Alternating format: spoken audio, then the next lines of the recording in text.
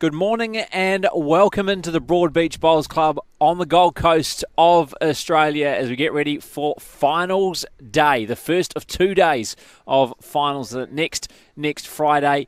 In action for you shortly, we have the New Zealand Women's Four up against Malaysia, and on the adjoining rink, we'll keep you up to date, the New Zealand Men's Triple up against Australia in a Trans-Tasman showdown.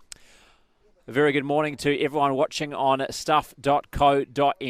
We will have the women's singles final. Jo Edwards up against Carmen Anderson of Norfolk Island this afternoon. That one from 3 o'clock.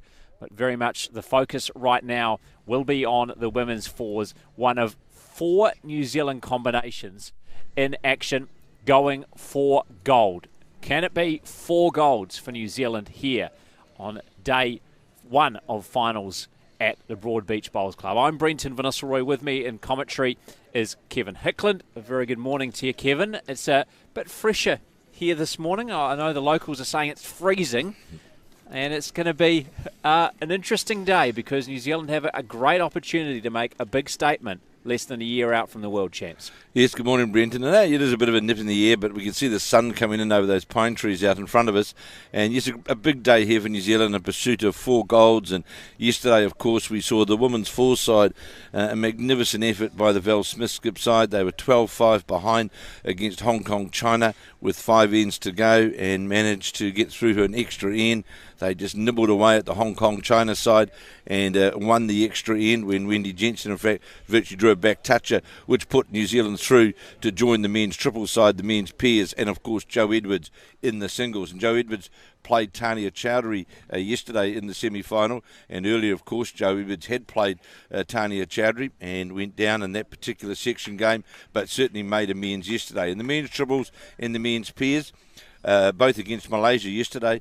New Zealand, although they weren't big victories, I think you would agree, Brendan, in both those games, New Zealand did have control of the games. They never looked really in danger of dropping big numbers. So the Gary Lawson, Shannon McElroy side were in good form, as of course was Ali Forsyth, Jamie Hill and Mike Kernahan. So a great chance here for New Zealand, and what a great thrill, I suppose, for the New Zealand selectors and high performance group and the coaches who have embarked upon selecting a new New Zealand side to line up in this Asia Pacific Championship, and to date they've certainly delivered, and we hope that will, of course, will continue throughout today. Absolutely, because we've got a second week of action to start from Monday as well, when section play begins in the men's singles and fours and the women's pairs and triples. So this is week one, the first 4 disciplines of 8 of these Asia Pacific Championships, all of course leading up to the World Championships on the Gold Coast a couple of weeks before this time next year.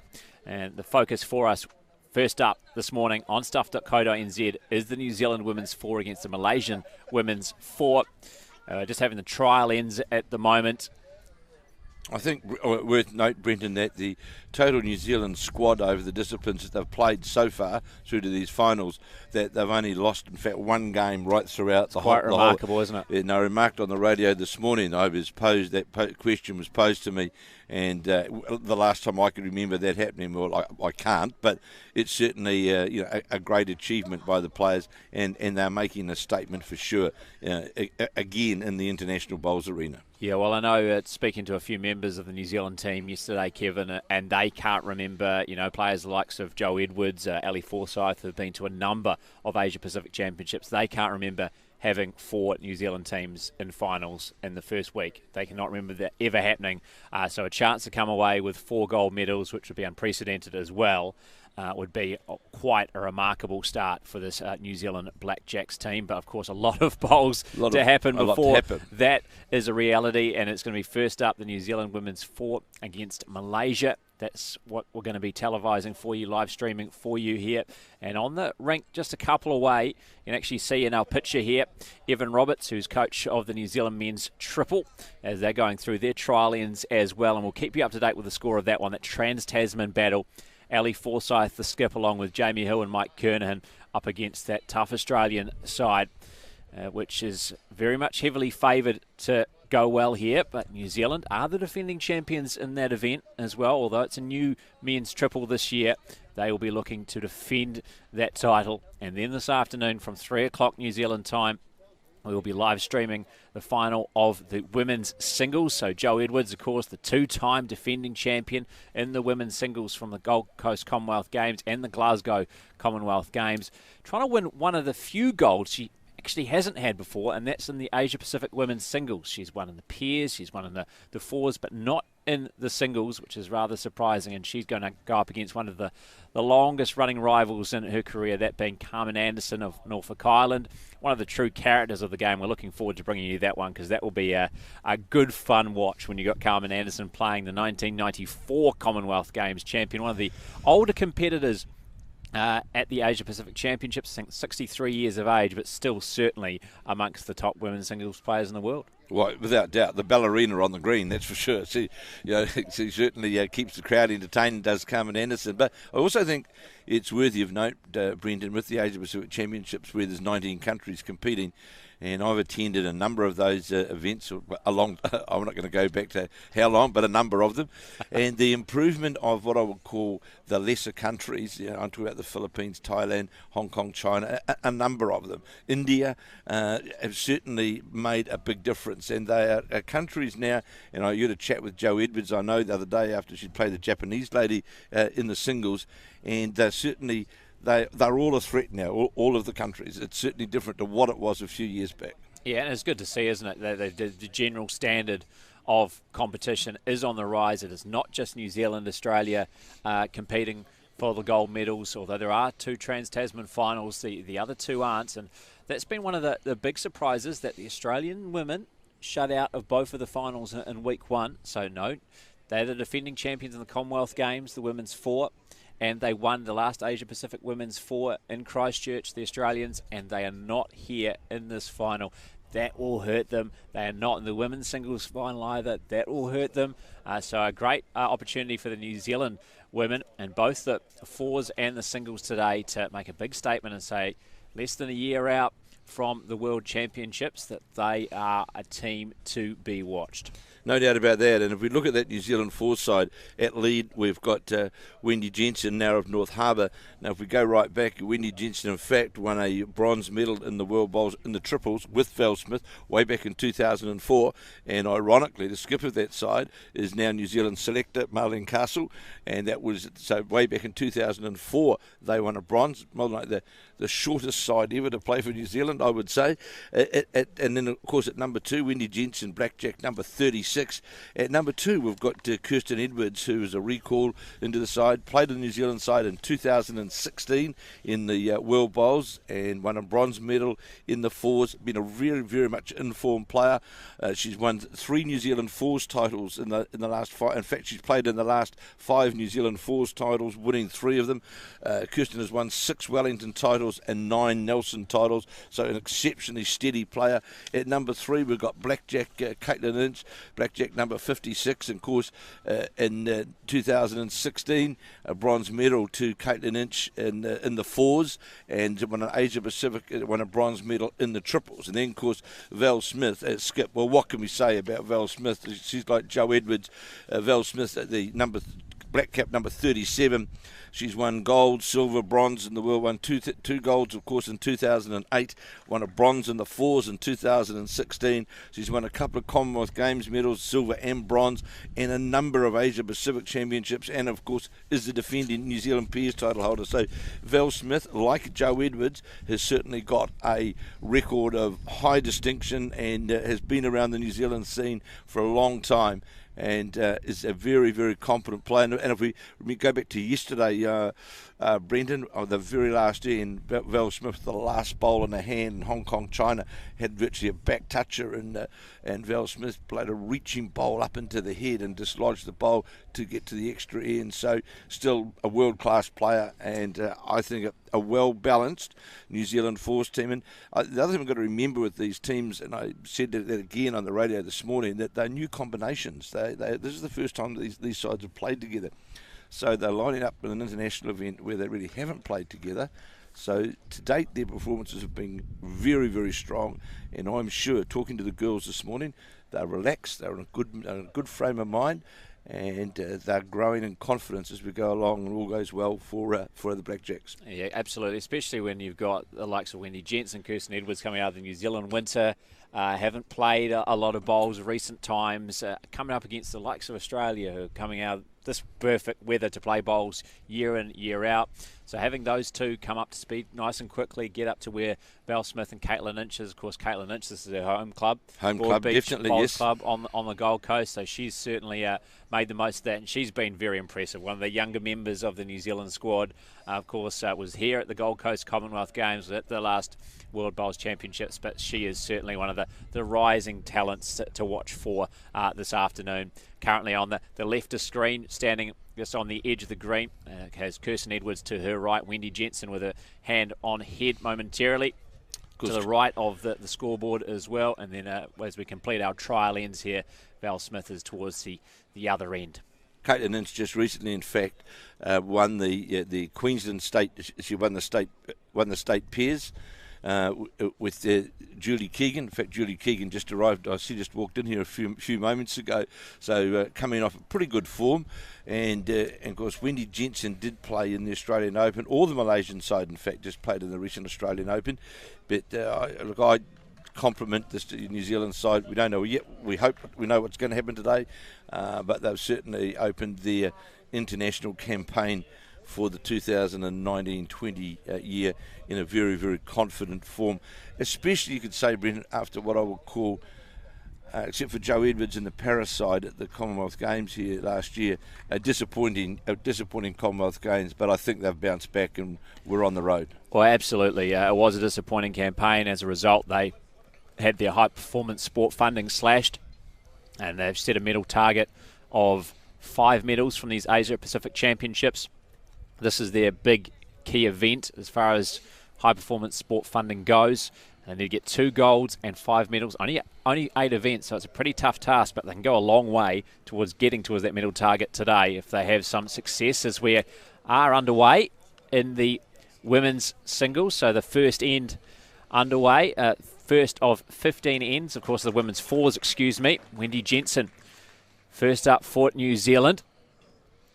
The lead, an experienced player, as Kevin mentioned, has success at World Championships and also a gold medalist at the Asia Pacific Championships in the fours in 2003. More than 100 games for New Zealand, and she's got the line pretty much bang on, but heavy with the weight. About a metre past the jack. I think the important thing is, Brendan, is that yesterday, and Wendy was well aware of this, she was prone in that game against Hong Kong, China, to play a few short bowls, and that does make it difficult. If you've got them over the head, it always, it's a better position, and her line was perfect. So, reasonably good opening by Wendy Jensen as the Malaysian lead, has drawn just in behind the jack by about half a metre. And the Malaysian lead, Oni. One of the younger members, 27 of this Malaysian women's four, a very well-credentialed women's four. They were, like New Zealand, beaten in the quarterfinals of the Gold Coast Commonwealth Games. They beat Philippines in the quarters here, 15-9, and then their big result yesterday, beating Australia in the semi-finals, the reigning Commonwealth Games and defending champions, 20-7. It was a very big statement from the Malaysian women's four. They were second in their section. They had lost to Australia and Hong Kong in section play, but a big result for them yesterday, and they'll be trying to topple another big scalp in New Zealand here this morning. So, as now we'll see Kirsten Edwards, the Nelson player, the Stoke player, who will shortly, next week, she'll be playing in the pairs with her relation, Joe Edwards. And here we've got Kirsten playing her first bowl on the backhand, playing down towards us here in the commentary position. Val Smith quickly looking at it, breaks down towards the head, looks to be on a good line as it breaks its way down towards the jack to the Malaysian shot bowl, and will be shot. Great opening bowl by Kirsten Edwards, just sits jack high slightly, about 22 inches from the jack. Good opening bowl there, Brendan, from the number 2 for New Zealand. Yeah, absolutely, and she's been steady all throughout the week, having watched a lot of the New Zealand women's four and section play as well. And then, of course, their semi-final yesterday, their absolute heart-stopping semi-final. They got it to a big deficit against Hong Kong, fought their way back. Great bowl by Val Smith to force a sudden death extra end, and then New Zealand have delivering. And now this is a great response by Malaysia as well. Their number 2, and Aliana, great effort there as she responds to Kirsten Edwards, and now you'd think has the shot. It's very tough to tell the difference, but it's great that the players are very much aware of where our cameras are, and so far so good. We've got a great look at the head here. Now Kirsten Edwards with her second. She's running down the green. She's chasing this one. Definitely Malaysia holding one. They indicated that as it came in, as Kirsten Edwards gets a touch on her second shot. Just still Malaysia holding. Yes. Says the marker just to the right of screen. That lollipop. The blue indicates Malaysia for this match. New Zealand the red. So that will give you a guide. So at the moment it's Malaysia holding the shot. This is the first of 15 ends in this women's fours final here at the Broadbeach Bowls Club on the Gold Coast of Australia. It's a honour for us to bring you this coverage on stuff.co.nz. Myself, Brenton, Vanessa Roy and Kevin Hickland will also keep you up to date with the New Zealand men's triple in action in their final this morning against Australia. They've just got underway as well in the first end right now. So we see now the Malaysian number 3 looks as though it's just going to sit on the Kirsten Edwards bowl. No, it doesn't. It was Ina playing her second bowl, or first bowl, sorry, of this, the first end. And we'll now see the New Zealand at Caitlin Ince, the number 3. So your parents sitting here from Oxford, and then in the Cantabrians. And New Zealand players are down on their knees watching this first bowl as it breaks down towards the jack, just trying to get to the Malaysian shot bowl or sit on the Kirsten Edwards bowl and fall in. And it did. And did it fall in for shot? We'll see what the indication at the moment. I think Malaysia have indicated that they are one down.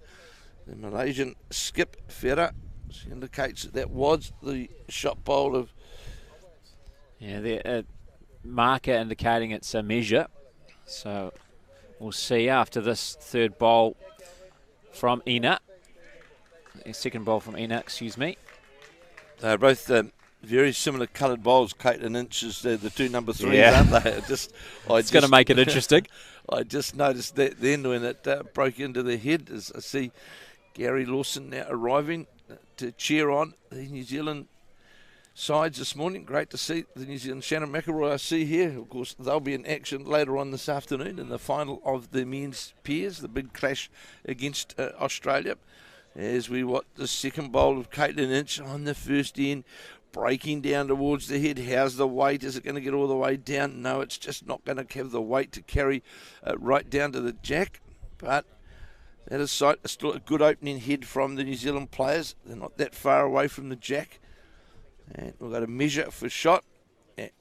And as Brenton said, we'll keep you up to date as well with the men's triples game, which has been played just a couple of rinks away. Yeah, I can let you know, Kevin, as well, that the Australians picked up a couple of shots on the first end, so they're now playing the second end. Australia 2, New Zealand 0. Very early days, and the first of 18 ends in the men's triples final. As we now see the skip for Malaysia, Theatre, a very experienced player, 33 years of age, along with Ina, her number 3. And we've got a very good experienced back end there, which will be a big match for Inch and Val Smith, the 3 and skip for New Zealand. The Malaysians, Brenda, they're very well known for their drawing there. They're very, very consistent sort of players. They look for the draw shot more often than the attacking. Although we did see in the men's pairs yesterday, the skip of the Malaysian pairs side was quite aggressive. But in the main, the Malaysians are very, very much a draw-based side, and they're very good at it. As Val Smith makes her way back to the mat, and the sun's starting to creep in over the green now, Brenton, and that we'll soon have...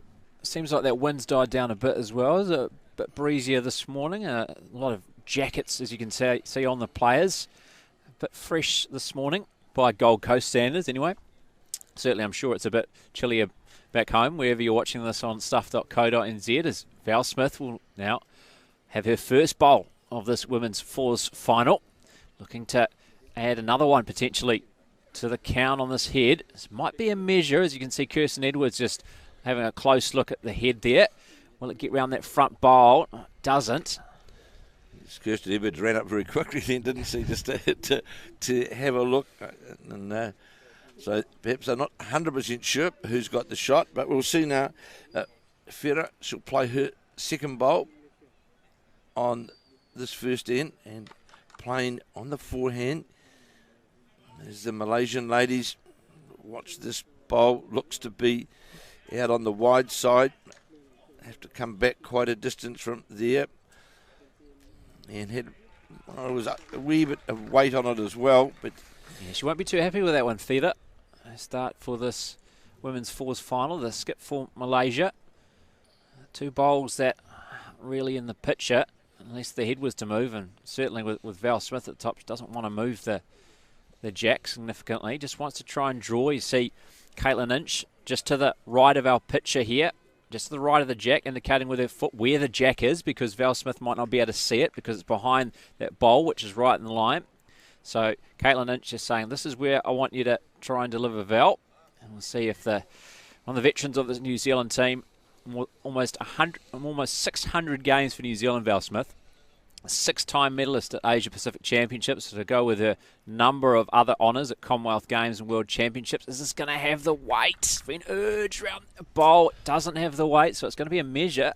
And Caitlin Inch very quickly just pointing to one to us, because I think it's one to us as well, based upon the shot that was played by Val Smith, because I think if they were down, we might have seen a wee bit of weight. There's one to New Zealand. We see the marker put up the red lollipop. So New Zealand pick up the first shot of this women's fours final against Malaysia. They lead 1-0 after the first of 15 ends. I can let you know that Australia are off to a fast start in the men's triples final. It is Australia picking up another couple of shots in the second end. They lead New Zealand 4-0. So work to do for the New Zealand team, and a bit of an early hole in the men's triples, but it's the women's 4 who've got off to a good start here in our live streamed match. As New Zealand now have control of the mat and the jack. Caitlin Inch just placing that one there from Wendy Jensen. And Wendy Jensen now to have her first bowl from our commentary position end. What are we going to call the other end? The Broadbeach end, are we? Yeah, we'll call that. That's the Broadbeach end. That's the Broadbeach end. So we're the commentary position / Surface Paradise end, playing towards the Broadbeach end of the Broadbeach Bowls Club here on the Gold Coast Good of opening Australia. bowl here. Good opening bowl from Wendy Jensen here on the second end. Toucher. Draws right to the jack and draws a toucher. Sits right on top of the jack. It's as we saw yesterday so often, Brenton, in that men's triples game, the difference that first bowl made, especially went through that spell where Shannon McElroy had about 5 ends where he drew bowls like that, and it just makes such a big difference as we see the first Malaysian bowl. That's going to be very, very narrow. That sails right across the head. Yeah, and Oni won't be happy with that one. That's well out of contention, almost actually off the rink, but must just be within side the red marker. So here's Wendy Jensen again on that backhand side. It's on a slightly different line this time. Might be onto her own bowl. Is it? I want to hit it too far away. That's fine. It makes 2 shots of it, and one in front, one alongside. Yeah, not making a group as well, not making a target that the Malaysians can play to. So that's 2 very good bowls by Wendy Jensen, the New Zealand lead. As now Oni will look to correct for Malaysia. Well, it's certainly got a different line with this second bowl now as it breaks down towards the head, and it's just going to go between the Wendy Jensen side bowl, and there's still it's a couple to the New Zealand side. Yeah, you just saw Caitlin Inch there indicating 2. So Caitlin Inch and Val Smith down that end for New Zealand. As Val Smith actually making her way back to the green, just I think went away for a bit of a nature break. So Kirsten Edwards now first bowl. This is the second end. It's on a nice arc as that breaks down towards the jack, and this is going to be another good bowl. Just sitting jack level, only but 6 or 8 inches away. It's a good opening bowl, and so well. Thank you, Val. She obviously could just hear what we're thinking in our minds. Val Smith just slightly in the way of our camera, and she's moved away now as we have this bowl coming in from the number 2, Aliana from Malaysia.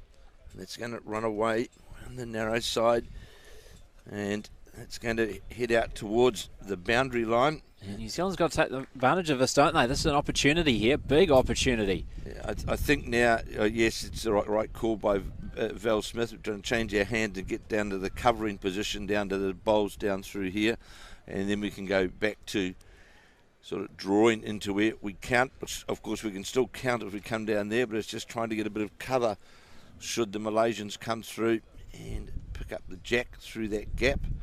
So Kirsten Edwards now changing her hand. So what Kevin's talking about there is that she's going to play with a bit of extra weight and try and come in behind the jack, so right to the bottom of the screen, pretty much where Val Smith is coming, but it looks like she's coming a bit narrow and maybe a bit short. So not exactly where Val Smith was after, but still New Zealand holding the 3 shots in a very handy position as it now comes to the second bowl for the Malaysian number 2, Aliana. Thank you, Wendy Jensen.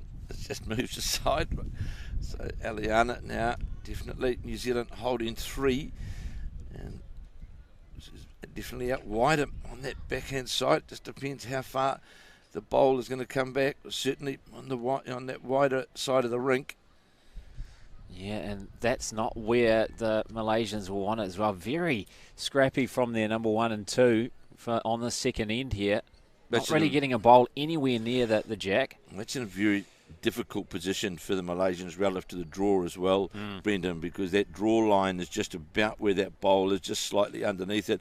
So it means they've got to change their weight if they play that hand to get down to the jack. So I'm sure now we'll see Caitlin Inch. She will is following the line of where the Kirsten Edwards bowl, trying to get on that other hand, and just have to get under this Malaysian bowl as it breaks down towards the head. Now has it got the weight to get all the way, Not quite, but was certainly the line that the New Zealand side wanted, just to get that wee bit of cover in there. So still holding 3 in New Zealand. Now it turns to Ina, number 3 for Malaysia. And her and her skip Feda have some work to do. And they're the experienced back end of this Malaysian side. So a lot has fallen on their shoulders to get where they are. But certainly would have wanted a better platform laid by their lead and their number 2. Green running, the green, they tested the speed of the green just before the players started. And the green is running at 14.8, so let's say 15 seconds. Now this particular green they're playing on today is, and it looks as though Australia scored again in that men's triples by the looks over there, Brenton, as I watch Ina's bowl just slide, gets onto the jack, pushes it back, and still 2 to New Zealand. So the green running around about 15 seconds, and it will get up to about 16 today, I would say. And it runs a wee bit quicker than the green that was they played yesterday out in front of us here. Yeah, this is the green where the men's pairs played in their game. If you're watching our coverage on stuff.co.nz, their men's pairs semi-final, Gary Lawson and Shannon McElroy against Malaysia. So this is the slightly faster of the greens, and as Kevin said, as that sun gets more on the whole green, it certainly will speed up as the day goes on. And I can let you know, Kevin, yes, another 2 have been scored by Australia in the men's triples final. So it's now Australia 6, New Zealand 0 after 3 of the 18 ends. So an early hole for the New Zealand men's triple to dig their way out of. I'm sure the coach, Peter Bellis, also, of course, is here, part of the New Zealand side. He'll have a word in the boys' ear just to try and motivate them to lift, get into that scoring frame of mind. And we'll see now the number 3 for Malaysia. She'll change her hand, trying to play down to following the Caitlin Inch bowl. But I don't know where that line is going to, can't quite see the finish of the line, but it looks as though it is under. It's going to be narrow. They're not too unhappy with that, though. A few claps from the Malaysian players. They do clap a lot. Yeah, it's called camaraderie. Look, the Malaysians are fantastic in that regard. They certainly enjoy one another's company, and they certainly throughout the years have been they're a very, very strong international force, and they certainly, you'll see their supporters on the sideline as well. They're very encouraging, and that's all good. It's good for the players, and don't worry, they're a strong. Well, you don't beat Australia by the score they did yesterday without being a pretty strong side, and they gave the Australians a good touch up yesterday in that semi-final match. They did indeed, 20-7, beating the reigning champs and Commonwealth Games gold medalists, as Val Smith with now her first bowl of this second of 15 ends. The skip of the New Zealand women's force is not happy with this one. It's certainly well under the line, trying to force a way down underneath the blue bowls. You can see there on the screen. So after a good start from Wendy Jensen and first good bowl from Kirsten Edwards, it's been a pretty messy end from both teams, really. We see Caitlin Inch was well off the mark with her ones. The Malaysians have struggled to get anywhere near the jack. Is now the skip for Malaysia. The pink bowl attacking for the jack. Attacking bowl that time from Feda. She's not far away. She managed to knock away one of the New Zealand bowls. That was the first shot bowl. Now I think New Zealand only holding 1. So it leaves the port there in between, just coming under the blue bowl and drifting in that through that port would be a good spot for Val Smith, the New Zealand skip, and would count. Yeah, can she make the correction? It was a wayward first bowl from the New Zealand skip, and she's more interested in this one as she starts to get a jog on coming after this one. Looks like the line and weight are pretty handy. Is it just going to get a touch on that black bowl? It does. Wanted probably a bit more of a touch. So it might be 2 now again to New Zealand. We'll wait and see if a marker indicates. So 1 bowl to be played by Malaysia's skip Feda. With it, 1 roll onto the... 1 and a measure the marker indicates to New Zealand. So the Malaysians looking at how they can... Possibly looking at attacking that. I can't see that much...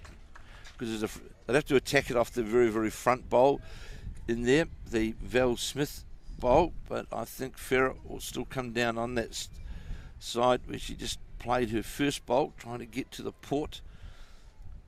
So we'll soon, in about 15 seconds, we'll let you know. But New Zealand definitely holding on this, the second end of 15 in the final of the Asia Pacific Fours here at the Broadbeach Bowling Club on the Gold Coast.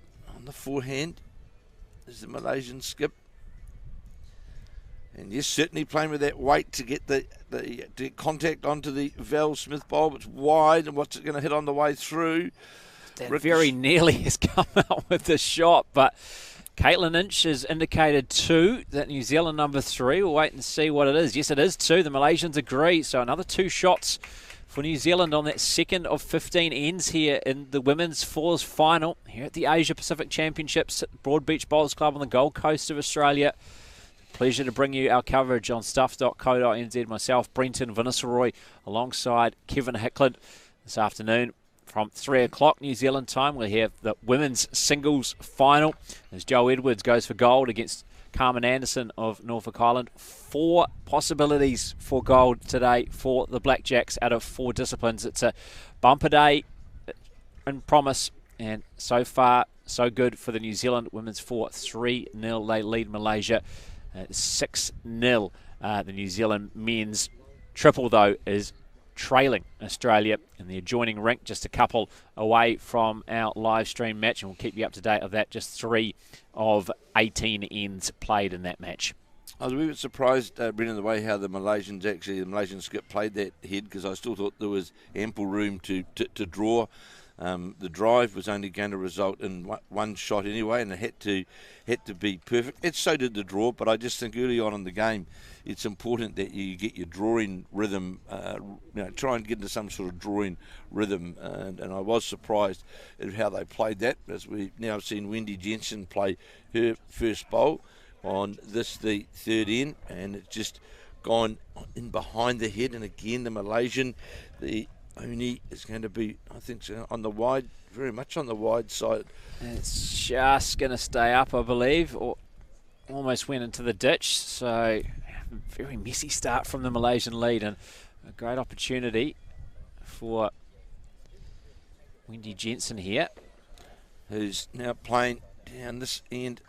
Must have had to talk to possibly to the New Zealand coach, who's changed onto her forehand, and the first end going down this way. Short, I think. Played the other hand, so I'm not quite sure what the reasoning for that is so early on in the game, because definitely played a backhand coming down this way towards us at the Surfers Paradise end.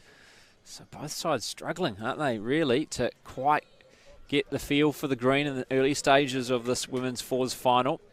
Better bowl here from the Malaysian lead from Oni. This is still going to pull up short, but certainly it was in a metre and a half away, and that's the shot bowl at the moment. So we'll see what the number 2s can do, starting with Kirsten Edwards for New Zealand, as she'll play to this backhand side. It's going to be, looks narrow, certainly on the narrow side. Definitely got to be out between the Wendy Jensen bowl and the marker line down the green. That's where the green is, definitely on that backhand side. It's certainly not inside it. It's between the bowl and the marker line, and that's now where we'll see the number 2, Eliana, will come down for the Malaysian side. Malaysia holding the 1 shot, New Zealand leading 3-0 after 2 ends, and I'll just see another end completed in that men's triples game. I believe New Zealand has scored. We should be able to bring you that score very shortly as well, once we get a couple of the gentlemen to move away from the scoreboard, of course. But Australia's still on 6, so New Zealand must have scored in the men's triples final against their Trans-Tasman rivals. As we saw, the Malaysian number 2, in fact, run into the Wendy Jensen bowl and would have rolled that bowl in for shot.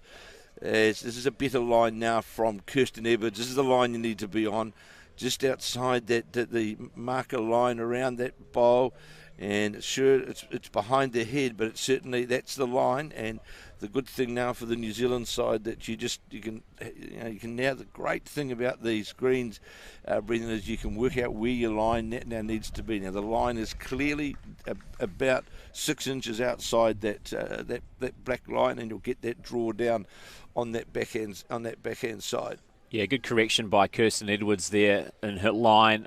Weight a bit much, but it's not a bad place to be behind the jack there, and still a lot of space to work in for both sides. Is almost following that Kirsten Edwards bowl was Eliana, the number 2 for Malaysia. Mark indicating New Zealand. Oh, yeah, so the weight again wrong. So it's been a scrappy end again. 2 scrappy ends from the number 1s and 2s for the lead and the 2 for both Malaysia and New Zealand. New Zealand are currently holding the shot, and they've got to be happy with the fact that they haven't made the best of starts, but they're 3-0 up at the moment. So Caitlin, she certainly took her time with that bowl, stood on the mat, deep breath, and just question, is that line out wide enough at that point? No, it's not. It still will be short, and we're under that line, finished in the centre line, but was never going to be in what we'll call a scoring environment. It's just finding their way, and I just wonder whether I've seen Wendy Jensen change, which I was surprised at, change her hand in that very first bowl of hers. Whether they think there's a different draw, I'm not sure. Yeah, this is a long end, as you can see, the jack's right on the tee, so that's the longest possible spot for it to be. 2 metres from the end of the green as well, and everyone so far really struggling with the right weight. We've seen a number of bowls short, seen a number of bowls long and into the ditch as well. So this is a better line from the number 3 for Malaysia outside that line at the midline, and just if it falls in, it could be shot. It is shot, and as we said, Brendan, you can see now clearly where that line is. There's a big noise. The Australians just obviously played some sort of winning good shot over there. Yeah, toucher, I think. I can let you know that New Zealand scored a 1 on the 4th end of 18 in the men's triple. There's a better line here from Caitlin Inch as it now breaks down towards the head. Is it going to sit on the Malaysian bowl? It will. It'll sit right inside the Malaysian bowl for shot. And again, if you look now, Brendan, that line we're talking about, that bowl's finished exactly dead on the centre line, and that's it. Now the New Zealand girls just got to just concentrate on where that line is as we watch the number 3, Hina.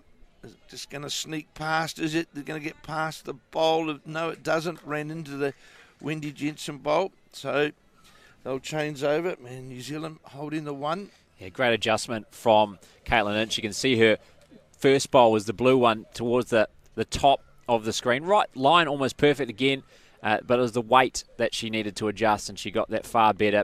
And now be holding the shot just past the jack, closest bowl to our screen, or her closest bowl to the screen, right next to another blue bowl. That's the Malaysian number 3, and Ina.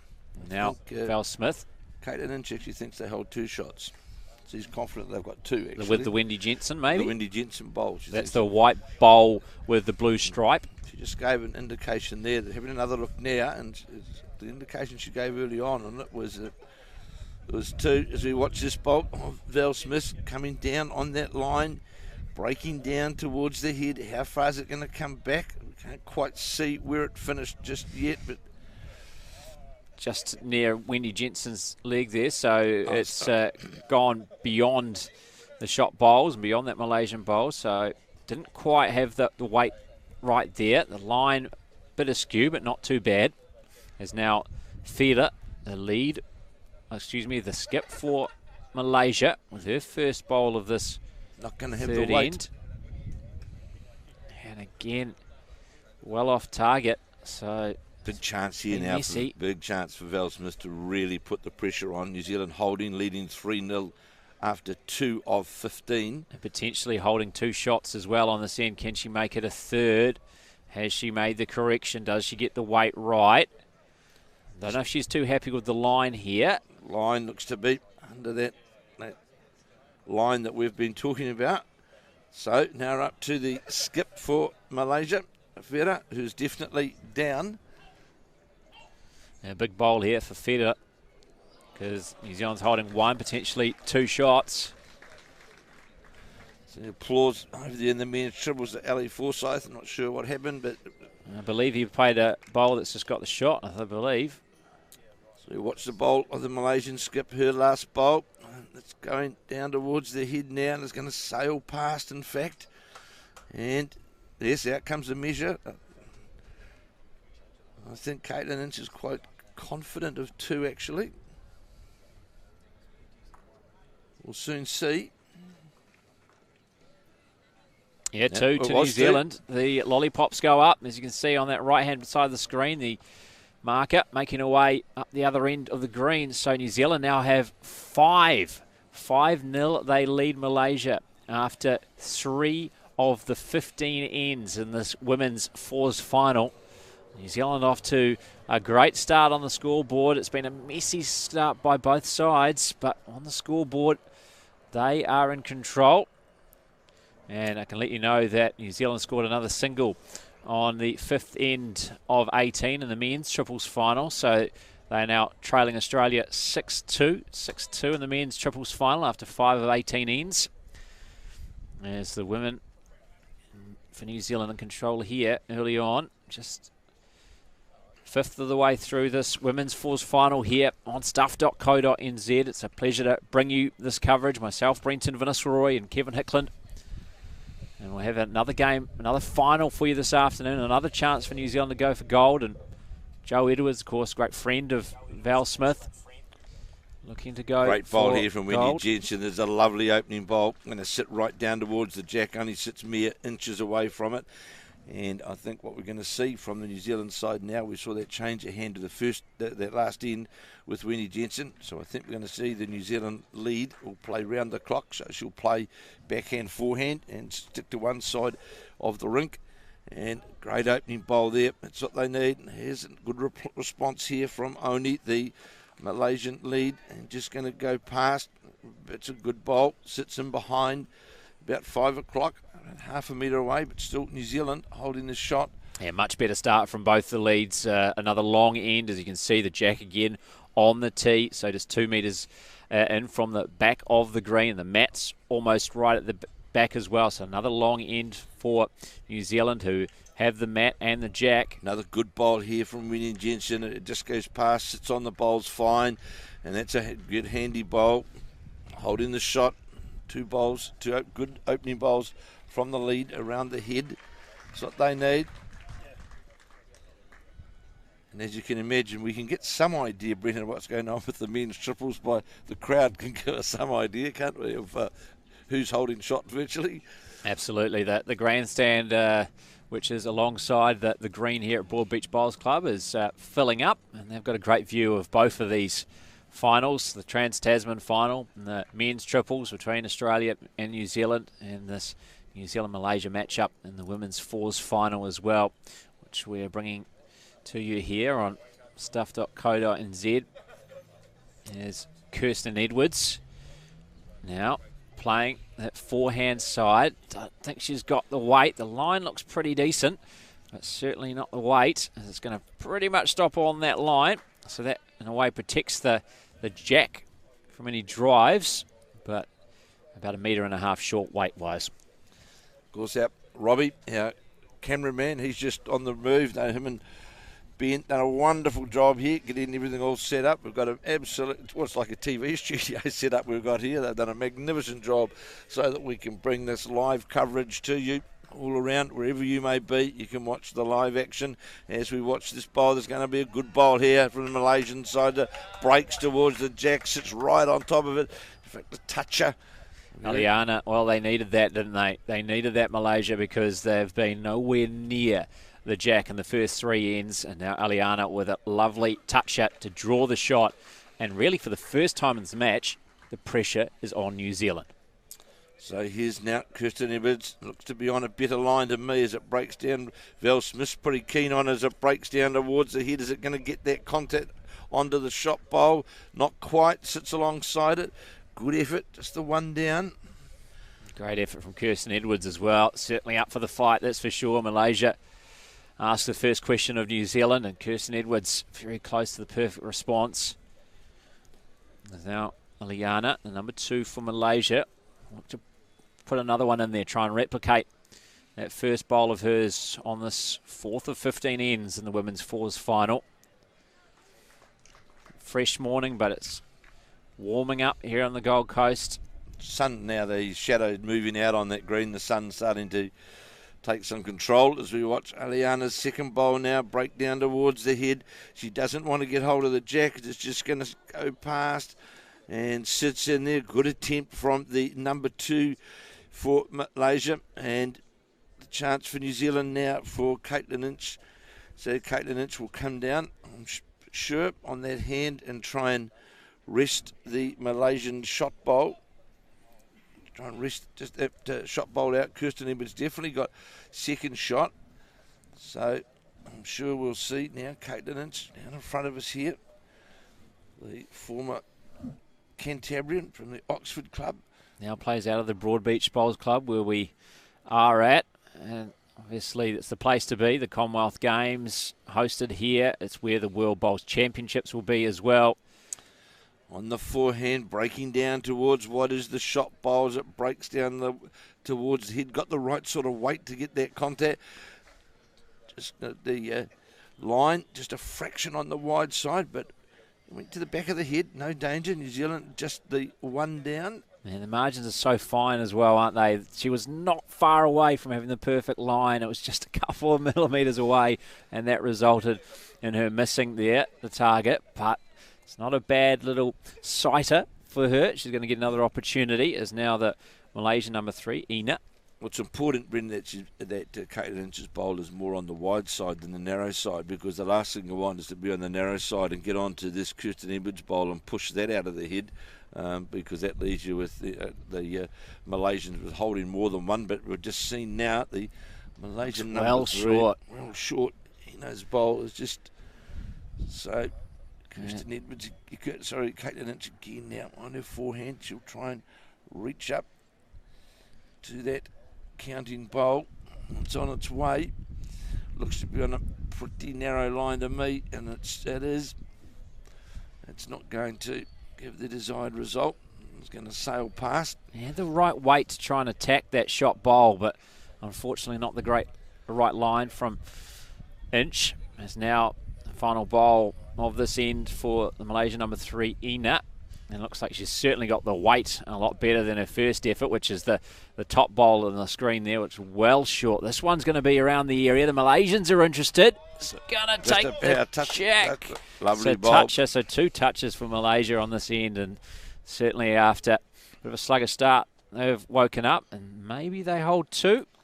I'd say there's 2 shots, and what New Zealand are looking at here, whether there was not a lot that they can really do. I still think to play down onto the draw, onto those counting bowls or the jack. Do you have a Wendy Jensen bowl sitting out to the side of the head? We'll see what Val Smith, the New Zealand skip, what hand she decides to play. Well, she's had a good look at the head. Val Smith was down there with Wendy Jensen and Kirsten Edwards. Has just made the stroll back down the other end of the green. Now on the mat, visualising what she needs to do.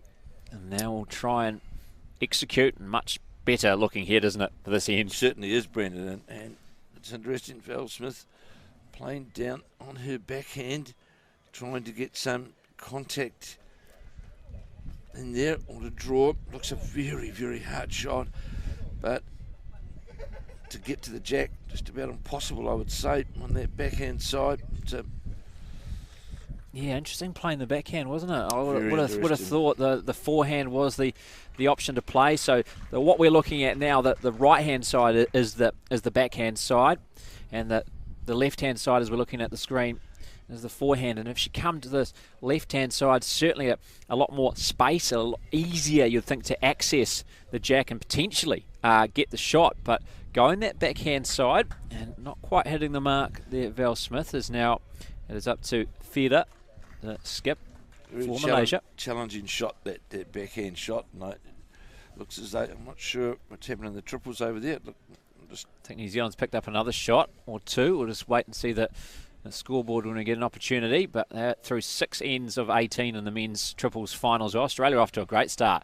6 in the first 3 ends, but New Zealand now, fighting back. For that New Zealand bowl, this could be dangerous. The jack's been moved. That could have taken the New Zealand bowl out. We could have been in all sorts of trouble. I think now just the one down. It might be more, in fact. Let's see whether that lollipop The lady. crowd here at the Broadbeach Bowls Club watching on, but I think it could be more than one, Kevin. The Certainly. Malaysian skip was trying to get to the shot, the New Zealand bowl, because that, I think that's 4. Could be more.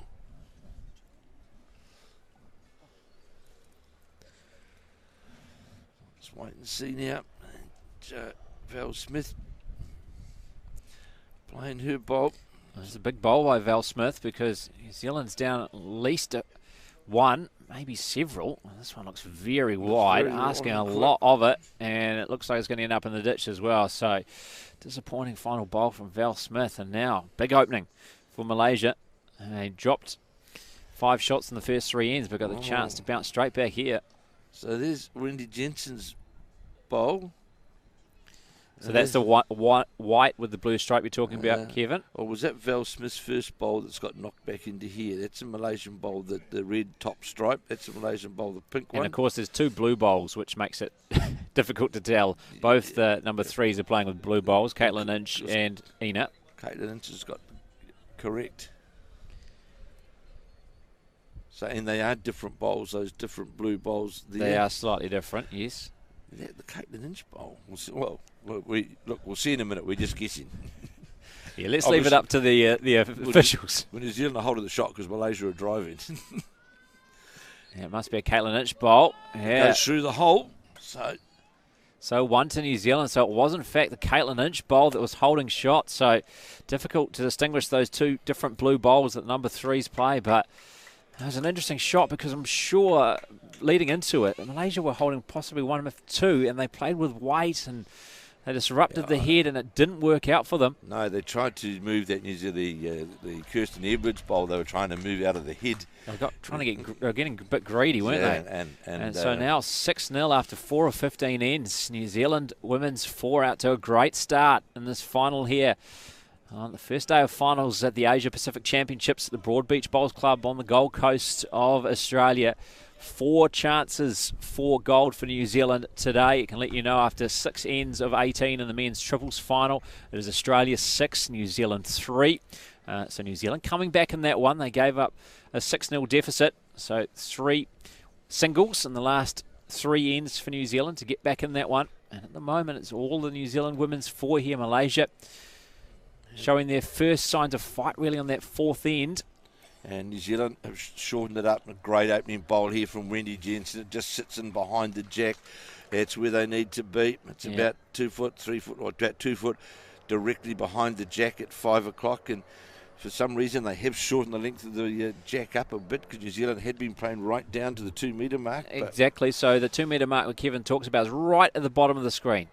That's where the jack has been in the last couple of ends down this way, playing towards our commentary position, the Surface Paradise end of the Broadbeach Bowls Club.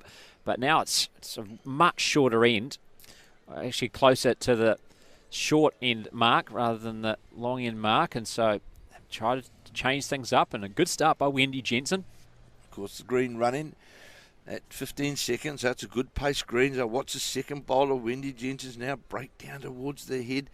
Coming down towards the jack. Val Smith looking at this bowl. It's going to sit on her own bowl. Just goes slides by. Slides by, but over their head. Good view there of the crowd around there and the apartments all around, which I'm staying right across there, the Oceania. Very nice it is too. He gets the plug-in. Very nice apartments. And again, the Malaysia the lead breaks towards the jack. Drawing back. Is it going to come back far enough? Yes, it will, I think.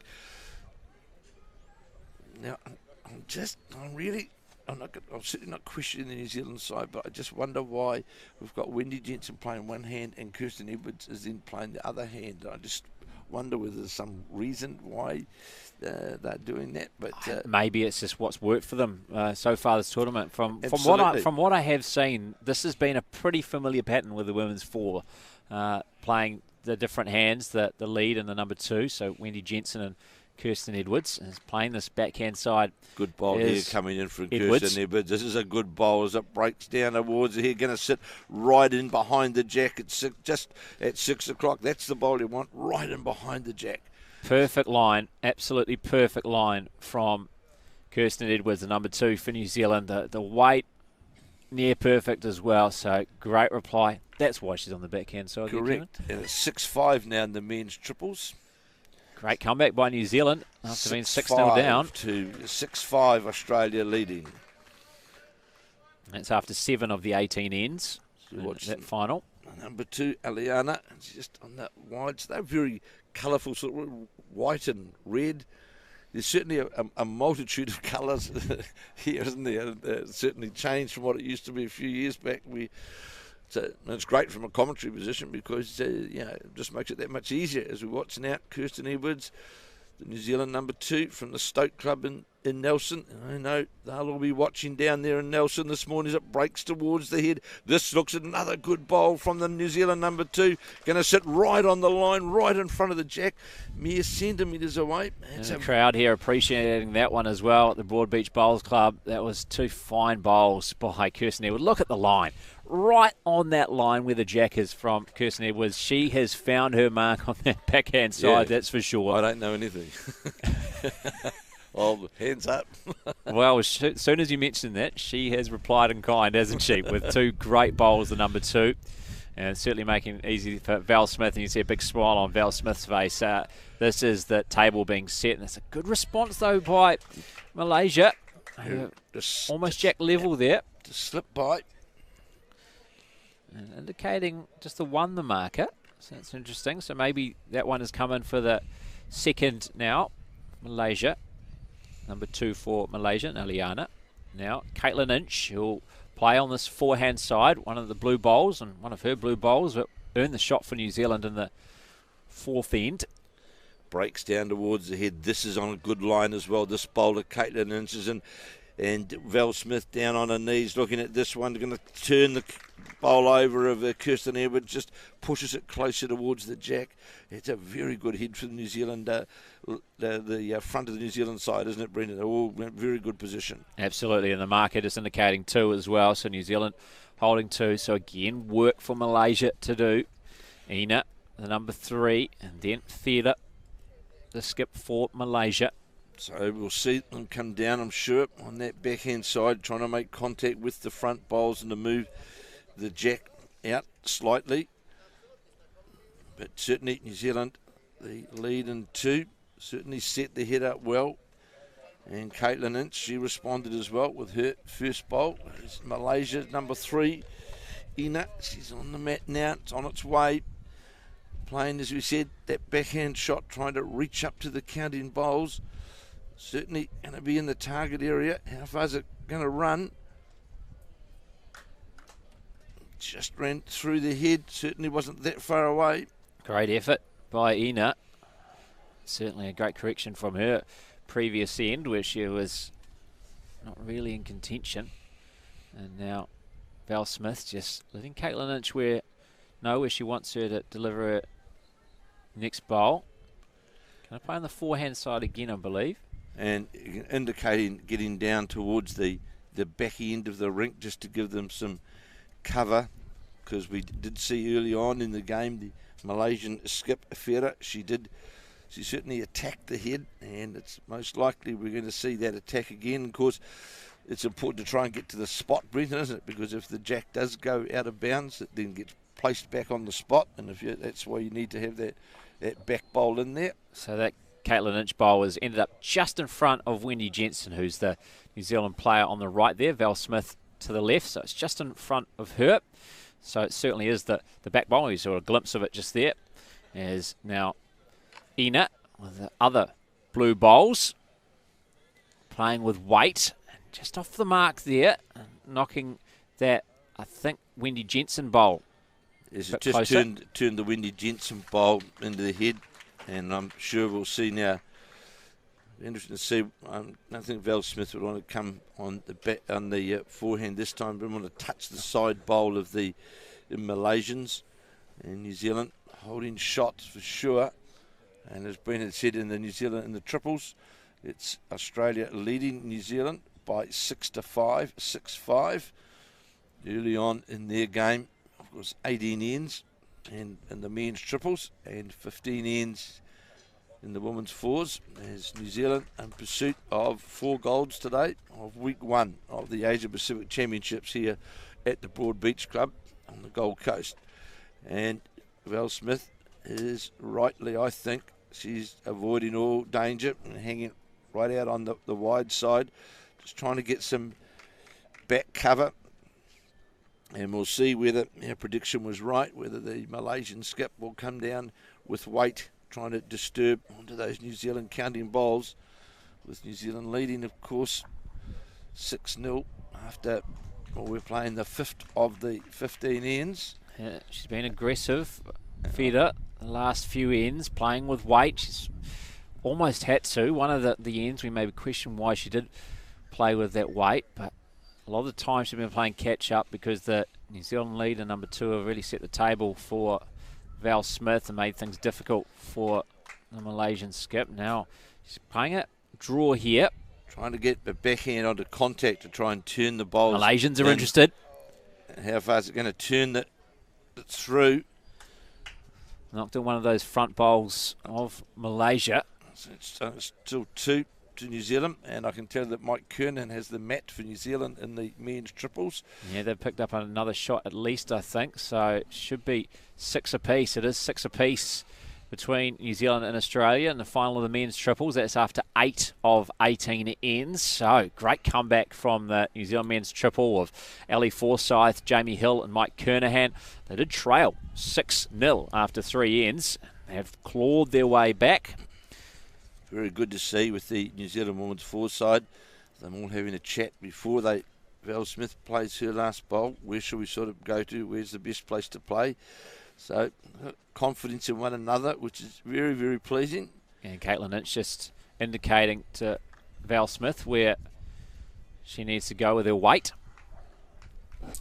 And coming down is Val Smith down towards the back again. In fact, that might go all the way back.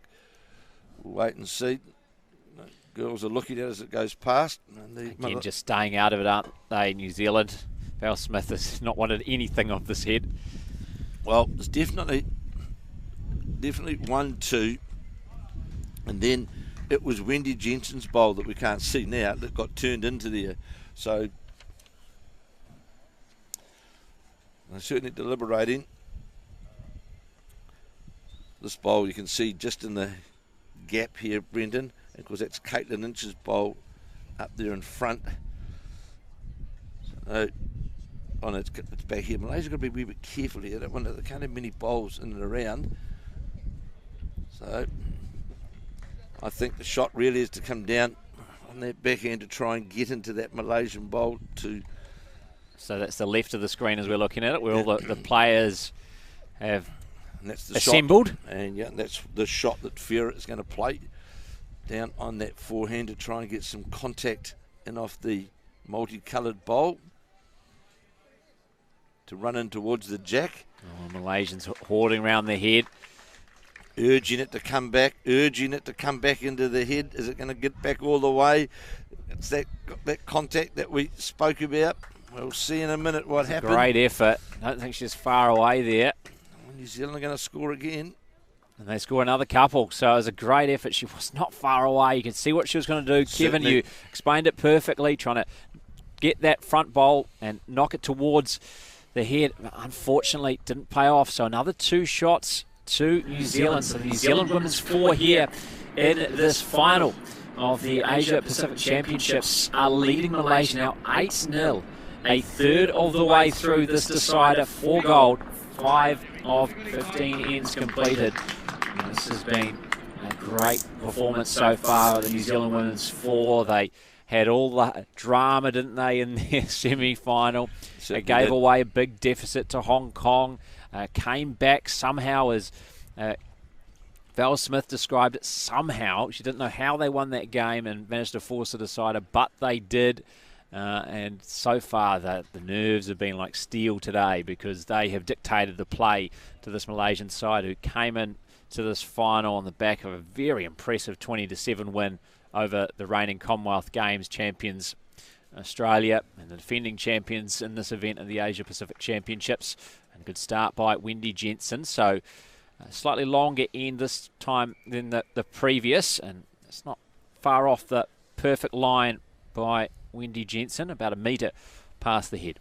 Well, as you say, Brenton, going from strength to strength, and of course this New Zealand side lining up in the Asia Pacific Championships. That's the first time that they've actually played together. So, yeah, this is a great achievement by this side, and I think that yesterday getting out or winning on the extra end against Hong Kong, China, and talking to the girls this morning before the final, they had the right sort of confidence. They weren't overconfident. I think the semi-final yesterday certainly has given them a real big. A lot more positive vibes going into this game, and they're proving that at this point in time. And also, of course, our men's triples. What a great comeback from early on, 6-0 down. And we see Wendy Jensen rest on the Malaysian bowl for shot, 6-0 down. And of course, we're all locked up now at 6-all. So the side of Ali Forsyth, Jamie Hill, and Mike Kernahan, they are certainly in. They play 18 ends, and I think it's 5 or 6. How many ends are gone? Are there in the pairs in the men's triples? Eight of the 18 ends, so we're almost halfway through. They're playing the 9th end now, and Ali Forsyth just stepping up to the mat, and the skip of the New Zealand men's triple. So it's been a great comeback from the New Zealand men. Gary Lawson and Shannon McElroy watching on. Of course, they'll be playing Australia 2 this afternoon in the final of the men's pairs. That will get underway from 3 o'clock New Zealand time. On stuff.co.nz we'll be live streaming the women's singles final. That'll be Jo Edwards going for gold, the 2-time defending champion in the Commonwealth Games in the women's singles, going up against one of her long-time rivals in Carmen Anderson of Norfolk Island. But right now we're very much focusing on this women's fours final. It's been a great start by the Val Smith skip side. 8-0 they lead. If you're just joining us, it's been all New Zealand, as the scoreline suggests. Malaysia haven't been able to continue where they left off against Australia, with us so impressive yesterday, winning 20-7 over the reigning Commonwealth Games and Asia Pacific champions. And New Zealand have got the better start with their lead at number 2, and Malaysia have been unable to catch up from there. So New Zealand holding the shot, definitely. In the holding 1 is the Wendy Jensen bowl. As we see now, Kirsten Edwards will play her second bowl, and she's going to play down. She was wide with the first, but Wendy Jensen certainly gave a good start. And here's now Kirsten Edwards on her backhand. Certainly not out so wide with this one. Has brought that line in. Val Smith looking at this now as it breaks down towards the head. Just going to question, is the weight going to bring it down all the way? And it'll sit on the Malaysian bowl, and that'll more than likely make 2. A good bowl from Kirsten Edwards. New Zealand have hit the front in the men's triples. See that Mike Kernan just delivering the jack. So 7-6 they lead after 9 of 18 ends, so halfway through that men's triples final, and New Zealand lead for the first time. They did trail 6-0 to the Australian trio of Aaron Sheriff, Aaron Tees and Barry Lester. So it's a great comeback from Forsyth, Hill and Kernahan of New Zealand. They didn't panic. They fought their way back. So as we watch Malaysian, number 2, Eliana, she's drawn the shot just low of the jack with her second bowl. On this, the 6th of the 15 ends. So definitely Malaysia holding the shot. As we'll see, the number 3 for New Zealand, Caitlin Inch, she'll play down now on her backhand side. Certainly some good consistency in this New Zealand side this morning. And as you watch this bowl now, Val Smith looking closely at this. It's on a very good line as it breaks down towards the jack. Breaks, just goes past. Just slides by. She's certainly targeting the jack, trying to play towards that Wendy Jensen bowl, which sits just behind the jack here. The white bowl with the blue stripe, which is right next to the Malaysian player. And he's just squatting down there now as she points out directions to Ina, the number 3 for Malaysia, is going to make her way down to play her first bowl of this, the 6th of 15 ends. The women's fours final here at the Asia Pacific Championships. A great pleasure for us to bring you this coverage from the Broadbeach Bowls Club on the Gold Coast of Australia on stuff.co.nz. Hope you are enjoying our coverage wherever you are this, now early Saturday afternoon, your time in New Zealand, just after 10 o'clock here in Australia. So we watch the number 3, trying to get to the Wendy Jensen bowl, and she does and turns it over. And I don't know what difference that may have made. Val Smith having a look. Val Smith indicating New Zealand now got the shot with that tip of the bowl. So, but unlucky there it was the Malaysian number 3 in it. So we'll see now Caitlin Inch will play down on her backhand, trying to draw between the Malaysian number 2's bowl, which is out to the side of the rink there. Kirsten Edwards and Wendy Jensen urging that on as they jog down the green, and just stalking it is Caitlin Inch as she now goes into a jog as well. So that's a good back bowl, pretty much right on the tee. So if that jack is thrown out either side, it will be spotted right where that Caitlin Inch bowl has ended up as well, and it'll be the shot to New Zealand. Sitting right on the 2 metre mark as we watch now Ina, the number 3 for the Malaysian side. Looks to be on the narrow side to me, as it certainly is. It's going to drift away now right underneath the line, and will fade away as the skips will now change over and play. No time limit in these games. And we can see a bit of an insert of the New Zealand men's triples final as well, up against Australia. So you see the scoreboard there. New Zealand now leading 7-6. If you have just joined us, I can let you know they were trailing 6-0 in the men's triples final. Ellie Forsyth, Jamie Hill and Mike Kernahan. But they've fought back against Aaron Sheriff, Aaron Tees and Barry Lester. Great fight by the New Zealand team halfway through now that men's triples final. As we now see Val Smith step up to the mat for New Zealand on this 6th of 15 ends in the women's fours final. And she'll play to the backhand as well. Plenty of space to work into the right of screen. Has she got the right line? Looks all right, but don't know if she's got the weight. It's going to pull up short and to the line, so she'll be disappointed with that. Val Smith, no danger anywhere. So the line was near perfect, just didn't have the weight.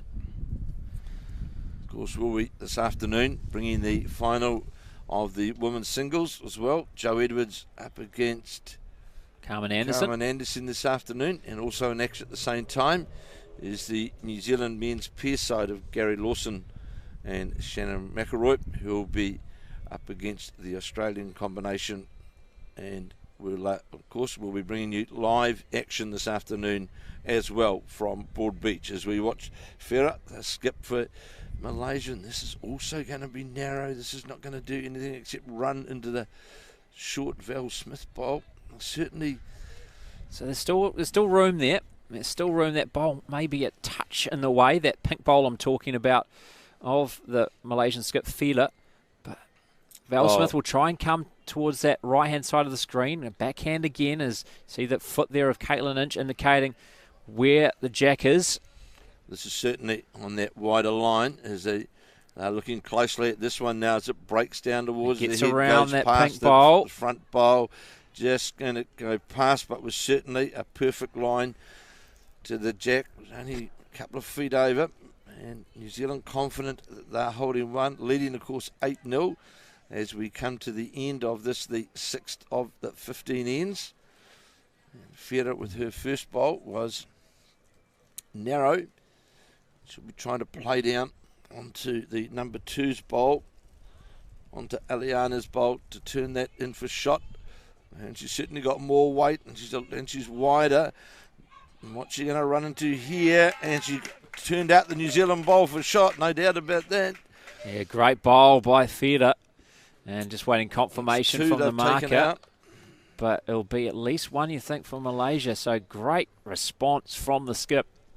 Needed to create something for her side as the measures coming out to see if it's more than one for Malaysia as well. But great performance by Farah New Zealand have been dictating terms, and it is 2 to Malaysia on the 6th of 15 ends of this women's fours final. So they're on the board, and they needed that stop the rot after 8 straight for New Zealand in the opening 5 ends. It's now 8-2 to New Zealand. So New Zealand still in control, but Malaysia showing very much, Kevin, they're not going to be going away. Well, no, very good bowl there from the Malaysian skip, from Ferret. She played down with weight into those bowls and managed to get onto the Wendy Jensen bowl, turn that out of the head and push it through for 2. So that opens the Malaysians' account, 8-2. And watching the men's triples, I see them cheering on an Australian bowl. So I don't know, it's a very tight hit over there. I know that much, but it's not sure. Yeah, we'll wait and see what the score is and bring you up to date at the end of that end. It's playing the 10th end of the men's triples final. Of course, they play 18 ends, and the women's fours final is 15. Of course, the women's 4 yesterday for New Zealand played 16. Oh, yes, because Australia they need an extra one. Mat. And I saw Mike Kernan roll out 2-3 to Australia. So Australia, after giving up 7 shots on the bounce, come back with a big 3, so they now lead New Zealand. Superb bowl here from Wendy Jensen. Great opening by the Oni, the Malaysian lead, and Wendy Jensen, who played her first bowl and drew inside it and drew right into the area of the well, just past the jack. As we watch now the second bowl from Oni, which looks as though it's just going to be on that wide side, but certainly getting a lot of draw out of the bowl for sure. Definitely New Zealand holding the shot. So Wendy Jensen now will go to her backhand with the blue and white stripe bowls. Of course, we'll see the blue and white stripe bowls again in action this afternoon with Shannon McElroy. He's another of the blue and white stripers from the Stoke Club in Nelson. And Wendy Jensen, she's gone slightly behind their head, wide, but it's okay.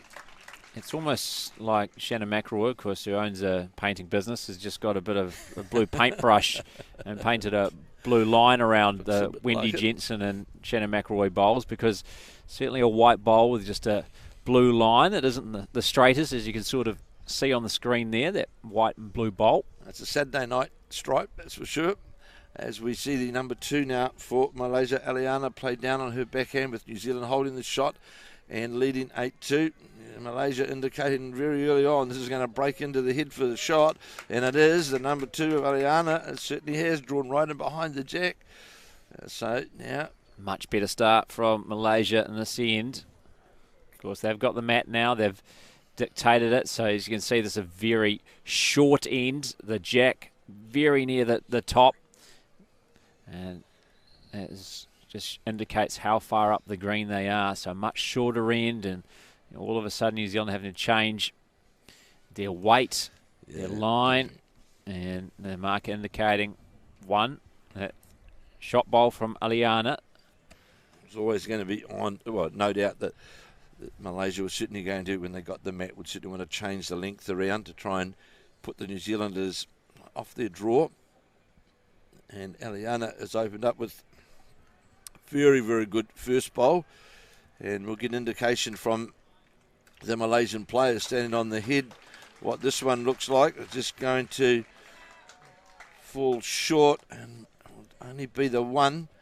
So again now we'll see Kirsten Edwards, the jackets, taking the jacket off. Yeah, can she make this modification, adjustment from the first bowl, which had too much weight? Certainly brought a line in as it breaks down towards the head now. This is going to be close. Is it going to sit on the bowl? Yes, it does. Sits right on top of the bowl, splits the bowls in fact, sits there, and that shot. Good bowl there from the New Zealand number 2. Yeah, sign of a top player, isn't it? If they have a bad bowl, it's very rare that they have a second one. And Kirsten Edwards, just like that. The first bowl is the closest bowl to us, and it was well off the mark. But that second one, targeting that shot bowl of Malaysia, knocking it away and drawing the shot for New Zealand. So now it's the turn of Ina, the number 3 for Malaysia. How can she respond? Try and get Malaysia back on top of this end, back in control of this end, which New Zealand's now arrested away. So on the backhand again is the Malaysian number 3 as it's now breaking down towards the head. The Malaysian players like this bowl as it sits inside. Is it going to sit on the bowl? No. Just went through. Bad effort there from Ina at all. It was near perfect line. Just trying to sit in front of those bowls. Now, Caitlin Inch, the number 3 for New Zealand, with the blue bowls also on the backhand. As her bowl breaks down towards the head, is it going to get to the Kirsten Edwards bowl and sit and just go past? That's actually not in a bad position. It's gone by, but it's gone to the side of the head where there is the 3 Malaysian bowls. So if they play on the backhand and do move the jack out there, New Zealand do have it now a bowl sitting in that sort of safety net. This one looks wider here, but the Malaysians are interested. It's going to have to do quite a lot, I would have thought, to get in as they're urging it home. It's going to sit very close to jack level, but a good metre really away. sort of needed one of those big Berhampore gusts actually to get that. Well, the Malaysian trio around the head, they tried. They certainly did. Tried, but it was asking a lot of it. And this one certainly seems like it's got a better line. Better line, this of Kirsten, of Caitlin, and it's going to sit now on clean on the bolt of. Just turned away, and maybe that means it's still only the one. But great effort from Caitlin Inch. Wasn't far away from a perfect bowl there to add another one for New Zealand. Holding shot at the moment. Malaysians having a close look to see whether it be 1 or 2. Yeah, Fielder just gesturing to her team, and this is the shot I'm going to try and play. She's certainly not frightened to play weighted or attacking shots, as we've seen in a couple of ends. And of course, the 2 that they just picked up on that last end was brought about by that. And of course, now we're going to see that again. Well, it's interesting. It looks like she's going to play forehand here and try and maybe get onto one of the front bowls that she has out there and try and knock them towards the jack.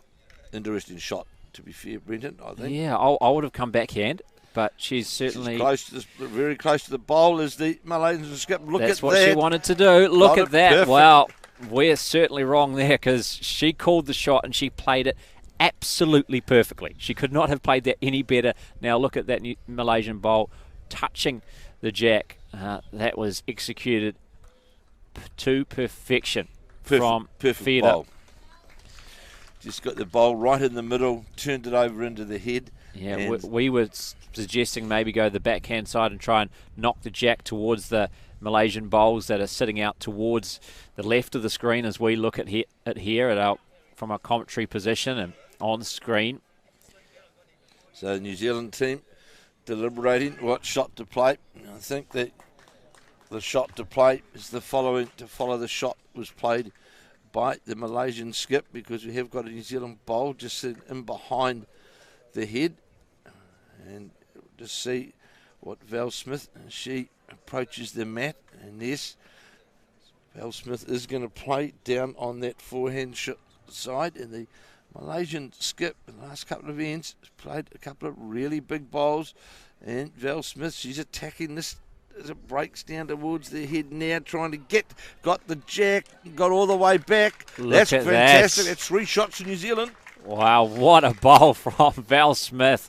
What a response as well, because Fielder has laid down the gauntlet the last couple of ends with a couple of great bowls, and Val Smith says, don't forget about me. I've been here before a few times, as she tries to win, of course, her 7th medal at an Asia Pacific Championships. A 3-time gold medalist, won a silver, 2-time bronze, trying to win her 4th gold here at the Broadbeach Bowls Club. She won gold in the 4s in 2003 with Wendy Jensen. Joe Edwards, also a member of that team. Sharon Sims, who's now a coach. You may see just to the right of our screen, sitting down from the Malaysian bowler, is Sharon Sims, coach of the New Zealand Women's 4. That was a huge bowl from Val Smith, and to get the result that she's got, certainly the Malaysian skip has got, Ferrer's got a bowl here to draw the shot, but a magnificent bowl from the New Zealand skip, and this is on the very wide side. Well, she's having to try and play to a different spot on the green, of course, because of where the jack is now in relation to where it started, so it wasn't actually the worst effort, and almost got back towards that line. but just a bit too much weight. I think New Zealand got 3 shots. New Zealand are holding 3, indicated by the marker as well. So the marker agrees with you, Kevin. So Val Smith, a chance to make it 4 here. This is a big end. And you don't want to call it early, but this could go a big way to wrapping it up. 4, of course, would take New Zealand to 12-2. And it's a big hill to climb, although New Zealand climbed a big hill yesterday afternoon against That was Hong pretty Kong. much the deficit New Zealand came back from against Hong Kong in their semi-final. So I'm not going to preempt anything at this point in time because we saw our girls do it yesterday. And Val Smith, deliberately, she's gone out on that wider side and just got to sit on this pink bowl, and she won't to make it count, but that's fine. I'm sure it's still 3. You might get the measure out here, but certainly New Zealand has picked up shots. It's just how many. I'm going to measure for the 4th one, which is the pink bowl over there, and I imagine the Caitlin Inch bowl over to the far side here. That's it. I'm not going to call it a match-winning shot that Val Smith played, but it was certainly a game changer, the shot that Val Smith played after the Malaysian skip played. So it is 3 shots to New Zealand. So they now take an 11-2 advantage after 7 of the 15 ends of this women's 4s final. Fantastic bowl by Val Smith on that end. Malaysia holding the shot. She got all of it, got the jack, and drew 3 for New Zealand. So you did right there, Kevin. Game-changing shot for New Zealand. What could have been 8-3 or maybe even 8-4 is now 11-2 to New Zealand. As the New Zealand women's 4 in control of this final here at the Asia Pacific Championships at the Broadbeach Bowls Club on the Gold Coast of Australia. Can let you know in the other final in action on the rink just a couple away, it is Australia leading New Zealand 9-8. 9-8 after 11 of 18 ends in the triples final. So that is a very close affair. Australia did lead 6-0. It's been a good comeback by Ali Forsyth, Jamie Hill and Mike Curdahan, and we'll keep you up to date with that one here on stuff.co.nz. Can let you know this afternoon we will have Jo Edwards in the women's singles final against Carmen Anderson. That one from 3 o'clock New Zealand time. And the New Zealand men's pair of Gary Lawson and Shannon McElroy, they will also be in action this afternoon against Australia, and we'll keep you up to date with the scores from that one too. There's the New Zealand women's 4 looking to start the gold rush here at the Asia Pacific Championships. New Zealand targeted 2 golds. That was their target for these Asia Pacific Championships, 2 golds out of 5 medals and 8 events, and already guaranteed 4 medals, either gold or silver guaranteed in all 4 of the week 1 disciplines. And if it can be a couple of gold, they've already reached their target there, and then would only need to pick up 1 medal in week 2. So this has been a staggering start for the Blackjacks at these Asia Pacific Championships. I know, Kevin, talking to a few players, they certainly couldn't remember a time where all 4 New Zealand teams had been in finals in week 1. As a good response there from the lead, Oni, by Malaysia to draw a toucher. I think New Zealand's still holding the shot there, but a great attacking bowl by the lead for the Malaysians. It's the Wendy Jensen bowls a shot. It's interesting. New Zealand girls had a chat at the finish that end, stopped in the middle of the green, had a chat, and a good idea. You're leading 11-2. Let's not get confident, girls. We've still got, it's 0-0 and away in the second half of the game now. So you'll just keep going and 0-0, and let's just keep it going. So and they know more than any other that comebacks are possible, don't they? After what happened yesterday, and I'm sure that would have been mentioned that there's still 8 ends remaining in this women's 4s final. So a lot of damage can be done in those ends, and a lot of chances for Malaysia. So Val Smith will no doubt have spoken to a team of Caitlin Inch, Kirsten Edwards and Wendy Jensen, say let's just continue what we're doing, play what we've been playing, and the results will come as New Zealand holding the shot after the 2 bowls from each of the leads, and Jensen for New Zealand and Oni for Malaysia. And that'll be the turn of Kirsten Edwards. Sorry, Kevin. I think the good thing is that which was a bit of a struggle for a while there yesterday. The New Zealand front with Wendy Jensen and Kirsten Edwards have they've got the side away to a good start in most of the ends. They've had bowls around the head. As I watch this bowl of Kirsten Edwards, is just what we're talking about. Break down towards the jack, right down towards the jack, move it around the corner, sit alongside it, and that's what we're talking about, that they're giving that good start for the back end players, for Caitlin Inch and Val, putting the pressure on the Malaysians. That makes such a big difference, because I know in the conversation that you had yesterday with Val Smith after the Hong Kong China game, and Val spoke about how the Hong Kong China side, they put the pressure on the New Zealand side, and it wasn't until that latter stages they just chipped away.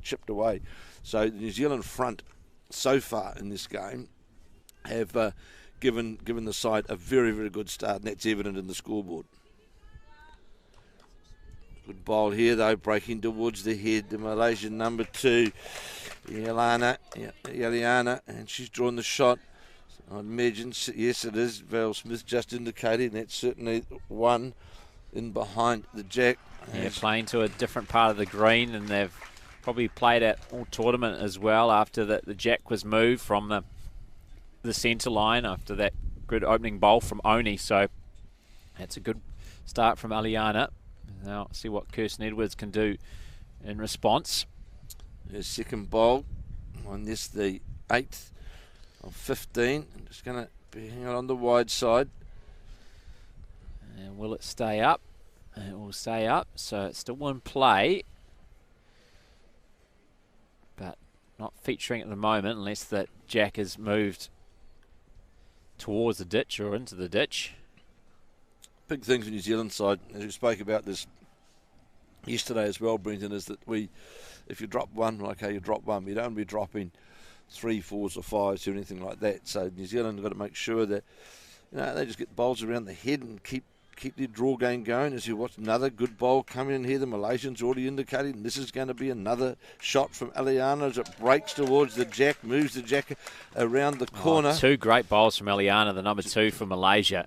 She was off her game, it's fair to say, to start with, but those are 2 great bowls. One of those a toucher, and she has the 2 shots now for Malaysia. The Malaysians have a bit of a spring in their step, smiles returning to their faces. We'll see now, Caitlin Inch playing down to try and get to sit on that counting bolt of Eliana's. It's on its way now, breaking down towards the head. Val Smith's pretty keen on just going to go past. Is it just going to go past? Trying to get that weight to dislodge it. Similar weight. Great effort. It was a great effort, and it was not far away from Caitlin Inch, from the jack, from the Malaysian bowl. It's not to be. So New Zealand have the 2 back bowls now. Of course, the jack's been moved off the centre line, so it's out to the side of the rink a bit. So we'll see. No doubt Caitlin Inch again will certainly endeavour to play that same sort of weight to get contact to the jack or the counting bowl. But first it will be Ina. I think Australia scored in the men's pairs. I saw Mike Kernahan kicking a bowl out. Yeah, just trying to work out how many, I think, for Australia. So 2 for Australia on the 12th end of the men's triples final. So they now lead New Zealand 11-8. The combination of Aaron Sheriff, Aaron Tees and Barry Lester leading Ellie Forsyth, Jamie Hill and Mike Kernahan 11-8 after 12 of the 18 ends the men's triples final. Well, it's a completely different story here. New Zealand in control, 11-2 on the 8th of 15 ends.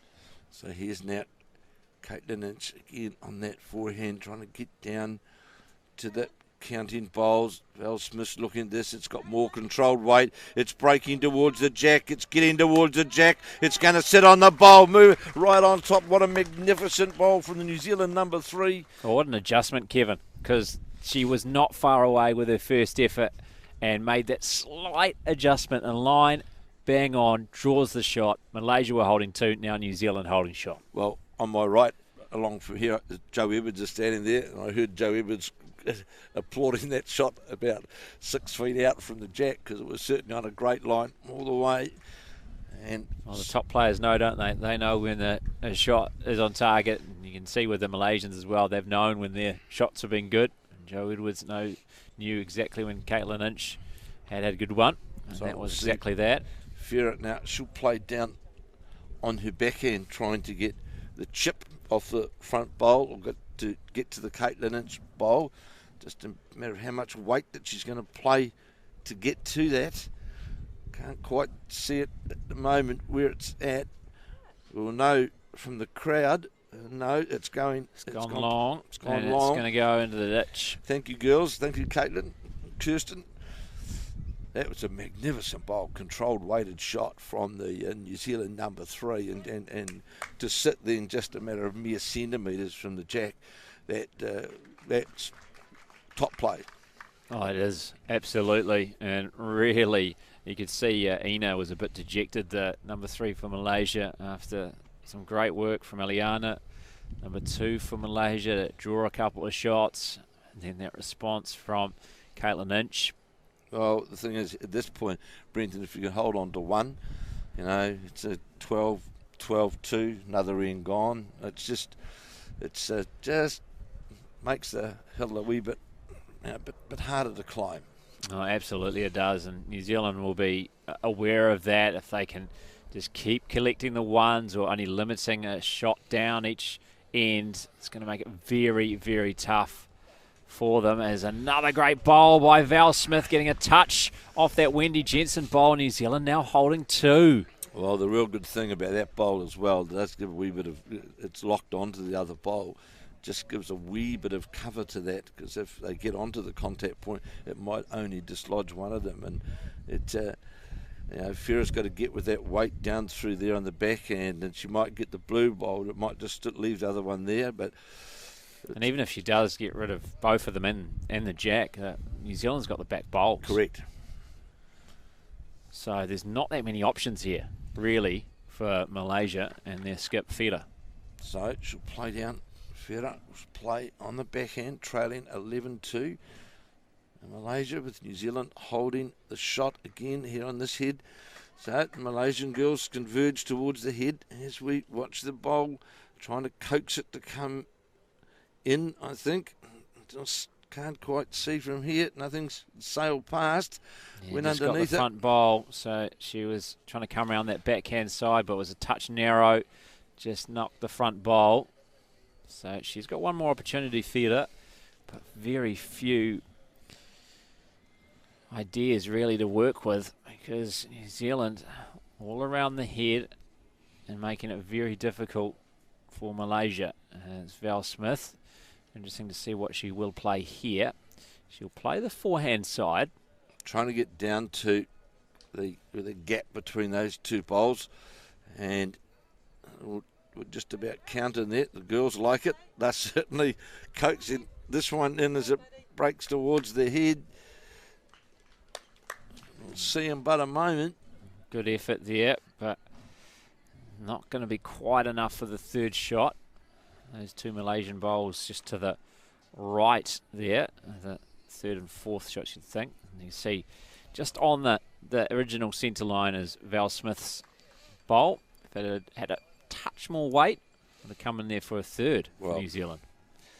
Personally, if I'll be for the Malaysians now, I wouldn't be looking at that backhand side. I'd be playing with weight down here, down into this where the two bowls are counting, and try and get some contact, because the pink bowl out to the side there virtually cuts that hand off. The only issue is if you do move it and the jack moves, you've got nothing back here, do you? Well, no, they haven't got a bowl over the head, of course, Malaysia, which is their difficulty. So they've got to really get, ideally, to try and get a split to get to the jack, but the way how the bowls are positioned there, it'd be very hard, just about impossible, in fact, to get to the jack. The Malaysians, of course, now down on their knees looking, because there's another end going by, and they certainly wouldn't want New Zealand to jump to 13-2. Makes it very, very difficult. Yeah, the drive is not an option. You won't be able to get it because of that bowl out front. So it's going to have to be a weighted bowl, as Kevin's mentioning, just for coming to that forehand side for Feder, trying to target those two New Zealand shot bowls, but it's a very difficult shot. Oh, very hard shot, because it doesn't matter how much swing you're going to get with your weight at the finish. You know, you can't go. Oh, she is driving, so she's making a fool out of me. I thought that bowl may be a bit of a guard dog, and she's not going to be far away. She gets rid of one. So, not the worst result. Great effort by the Malaysian skip there to get that bowl out, because that was a very, very difficult shot. It was always likely that the bowls would lock just the way that they were sitting on their head. So that's another one to New Zealand. 12-2 now to the New Zealand fours side of Wendy Jensen, Kirsten Edwards, Caitlin Inch and their skip Val Smith.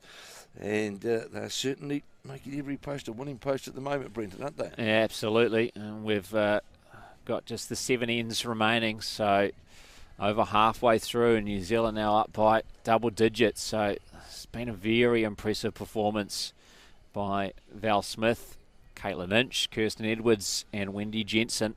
New Zealand women's 4, New Zealand women's 4, Wendy Jensen back in the team for the first time in a while.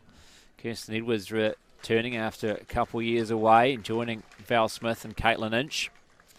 So we're right back down towards that 2 metre mark, which we had earlier on in the game. A longer head here at this point.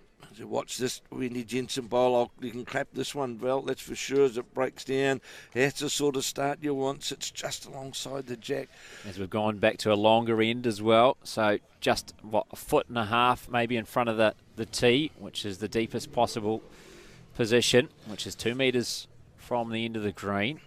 One of the very good things in this game as well, which we've seen from Wendy Jensen, Brenton, is there have been very, very few short bowls, which does make a big, big difference. But a good response here. No, just going to fall short is the Malaysian lead, Oni. Yeah, I think they've struggled with the longer ends, the Malaysians as well. So they've struggled for the consistency, prefer the shorter ends. So this is good from Wendy Jensen. If she can get another one in there, will really lay the gauntlet down. That Malaysian bowl may prove a bit of an issue. No, it's going to come inside that and going to be a bit touch narrow, but might just touch that New Zealand bowl. No, not quite, just sliding by. New Zealand scored in the men's triples. I see Mike Curtin, and I see with the mat. Now I'll bring you a score update shortly of the New Zealand men's triples against Australia in their final here at the Asia Pacific Championships. We're proud to bring you this coverage on stuff.co.nz from the Broadbeach Bowls Club on the Gold Coast of Australia. Myself, Brenton Vanessa Roy, alongside Kevin Hickland in commentary. As we watch now, Kirsten Edwards, the New Zealand number 2, on her backhand, playing down towards us here in the commentary position now as it breaks down towards the head. It's going to go past and go right to the tip. It's a good bowl actually, because it's sitting virtually on the 2 metre mark, just past the dot. So if of course the jack does get dislodged out of bounds, comes back to that point. That's so very good. Holding the shot and putting some protection in, and a metre past. We now see the Malaysian number 2, Yalani, playing on the opposite side, just trying to, on the forehand, trying to get past the front bowl to draw down to the Wendy Jensen bowl. Looks as though it's got a wee bit of speed on, and it does. One of the dangers of when you're playing to a front bowl, which they've got there, is you can put weight on quite easily because you're not quite sure how far you have to try and draw around it. New Zealand side playing the open hand just makes it more, not easier, but just it's more comfortable playing the draw. As I watch this bowl now, Kirsten Edwards break down towards the head. Looks to be on a reasonably good line. Going to finish virtually right on the line. And that'll count. So the number 2 for Malaysia, Yalani, will play her second bowl. I'll let you know after 13 of 18 ends in the men's triples final. It's Australia 13, New Zealand 8. So unfortunately, Kevin, I think you were dreaming when you thought that Mike Kernahan had the mat. Australia actually picked up a couple more. So they now lead by 5. Just 5 ends remaining in the men's triples final. But it's New Zealand dictating terms here. Great ball here for the Malaysian number 2. Falls in or makes shot. Val Smith saying to number 3, Caitlin Ince, we're holding the 1. We'll see the now Broad Beach player, formerly of Oxford and Canterbury, new appearance.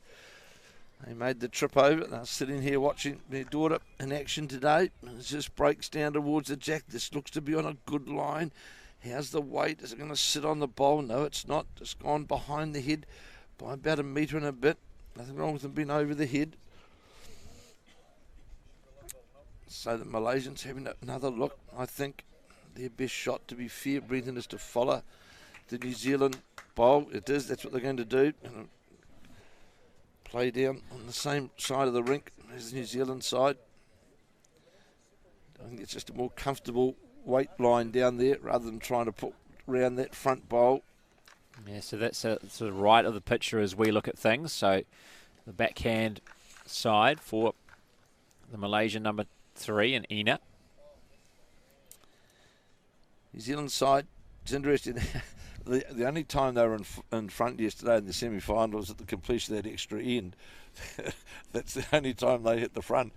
Today they've hit the front on end 1, and let's hope that continues. It looks as though on the narrow side is the Malaysian number 3, and it is. So here's... Yeah. This is one of their best performances of the whole tournament because they haven't made it easy throughout the tournament. They've had a number of very close victories. I know one of their earlier matches they were trailing by 4 going in the final end, and they picked up a 5. That's correct, they did too. I think it was against India, I think it might have been. So they haven't been in this position very often at all in these Asia Pacific Championships, despite being a perfect 9 from 9 in both section play and then winning their semi-final yesterday in dramatic fashion, of course, with an extra end win over Hong Kong.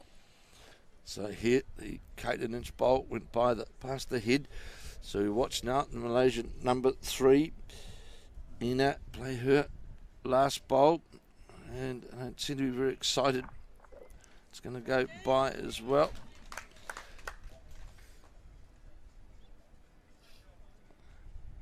So Marker indicating a measure for shot. As Caitlin Ince now has a bit of a look. She usually gives a pretty good guide of things. No, nothing from there. But yes, she's been pretty good at the indications. Yeah, the designated marker in the New Zealand women's 4, it seems. So here's Val Smith now.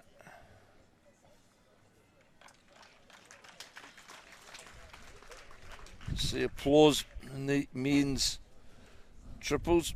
Aaron Sheriff, I think, just drew the shot. Looked as though New Zealand were holding a couple with the Jamie Hill bowls. As we watch this bowl, Val Smith breaks down towards the head with New Zealand leading. The line almost perfect from Val Smith. It's a good home there. Right on the tee. So if the jack does come out the side of the rink, he'll be spotted pretty much right on that Val Smith bowl. But you wouldn't expect the Malaysians to play with that kind of aggression, although they do need big numbers on a few of these ends if they're to force their way back into this match. So we watch the bowl breaking down towards get to the Wendy Jensen bowl. It's going to sit on the bowl. It sat on the bowl, all right, just knocked it in closer to the head. So there's no doubt about it now. It's 1 to New Zealand, so not the result Malaysia wanted. And I can tell you that Aaron Sheriff did draw the shot in that triples game. He was a couple down and drew the shot. So here we have now Val Smith playing her last bowl. So breaking down towards the head. How's the weight? Can't quite see the weight from here. Looks as though it's going to pull up short. Yeah, it's certainly short. So still 1 to New Zealand. I can let you know now after 14 ends of the men's triples final, between New Zealand and Australia. It is Australia who are leading 14-8. So only 4 ends remaining for New Zealand to try and pull that one out of the fire. The Australians dictating terms there, in control. There's a bit of a team meeting for the Malaysians. Well, I think their shot really, Brendan, looking at the head, that's only to try and play down here with weight, either to try and sit the bowl. So play towards the left-hand side as we're looking at things? Yeah, I don't think there's a shot down on the grandstand side now. I think you've got to come down under that gap in between the very front bowl and the Kirsten Edwards bowl in front, try and get down to either sit on the shot bowl or to trail the jack. And of course New Zealand do have bowls behind the head, and this has been a big plus for the New Zealand side in this game, because the Malaysians have played a lot of short bowls and New Zealand have had a lot of bowls over the head. Because down here you can see there's a Caitlin Inch bowl down here, Kirsten Edwards bowl there, so it does help your cause as we watch. And that's certainly what the Malaysian skip, Fera, she's going to play down on that forehand side, trying to get into the port between the front bowls, get to the jack or the shot bowl. It started off outside the centre line. They're going to get to the jack and got the jack, and she was desperately unlucky. Not far away, but that bowl just out the front was the one that she got a touch on that, then got a touch on the New Zealand bowl, but it wasn't enough to get rid of the shot. So New Zealand pick up another one. And after 9 of 15 ends, they now lead Malaysia 13-2. Only 5 ends remaining now in this women's fours final. New Zealand in complete control. Well, I think if you'd said at the start of the last bowling season, or even at the national championships, if you'd said to Wendy Jensen and Kirsten Edwards, you think you'd be lined up for a gold medal for New Zealand later on this year, the Asia Pacific, I think they'd have looked at you quite dumbfounded, I think, because they hadn't been played for New Zealand for quite some time, hadn't been in the frame, and the selectors, Philip Scoglin as the convener, and Peter Ballas and Marlene Castle made a lot of changes, as we know.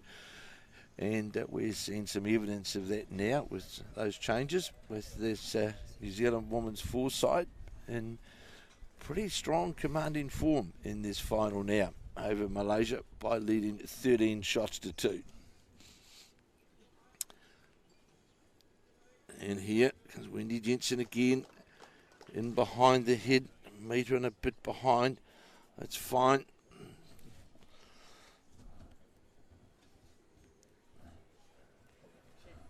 So here we have now the Malaysian lead. Oni playing down towards the Broad Beach end. And there's a good opening bowl here from the Malaysian lead as this breaks its way down towards their head. It's going to fall just underneath the head and just jack low. Of course, I can't count. There are 6 ends remaining. 6 ends remaining of this women's fours final. And are now playing the 10th of 15. Just 4 ends remaining in the men's triples final in Australia, continuing to lead 14-8, and they're now playing the 15th of 18. And Wendy Jensen responds by drawing the shot, still a wee bit short, but it's the shot as indicated by Val Smith, the New Zealand skip. So New Zealand just need to make sure that they hold the ends, not about so much scoring, but making sure if they do drop any shots, like that it's only 1 or 2 at the most. Just sliding by there, Malaysian bowl. Now Kirsten Edwards for New Zealand.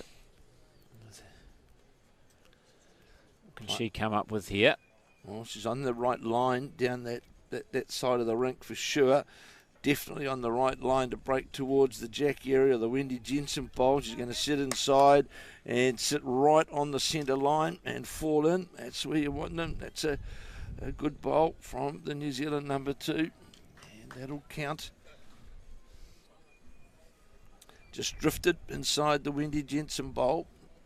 There's a Malaysian skip feeder, just indicating with their foot where the jack is. Because it might be a bit hard with that front bowl. It might be obstructing Eliana, Malaysia number 2. New Zealand, just watch out the triples. Could see a big change in the scoreboard here in New Zealand's favour.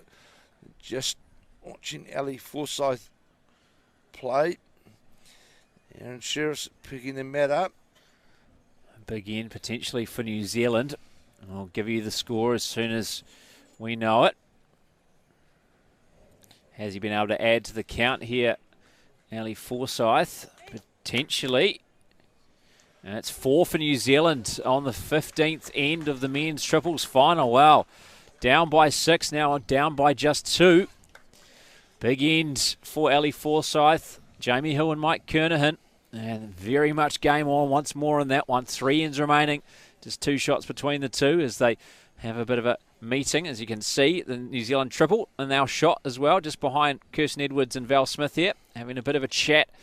Very happy with that one as they've got themselves back in the match. There's been no such issues for the New Zealand women's 4 though. They've been in complete control. 13-2 they lead. And now a chance to try and consolidate here with 6 ends remaining.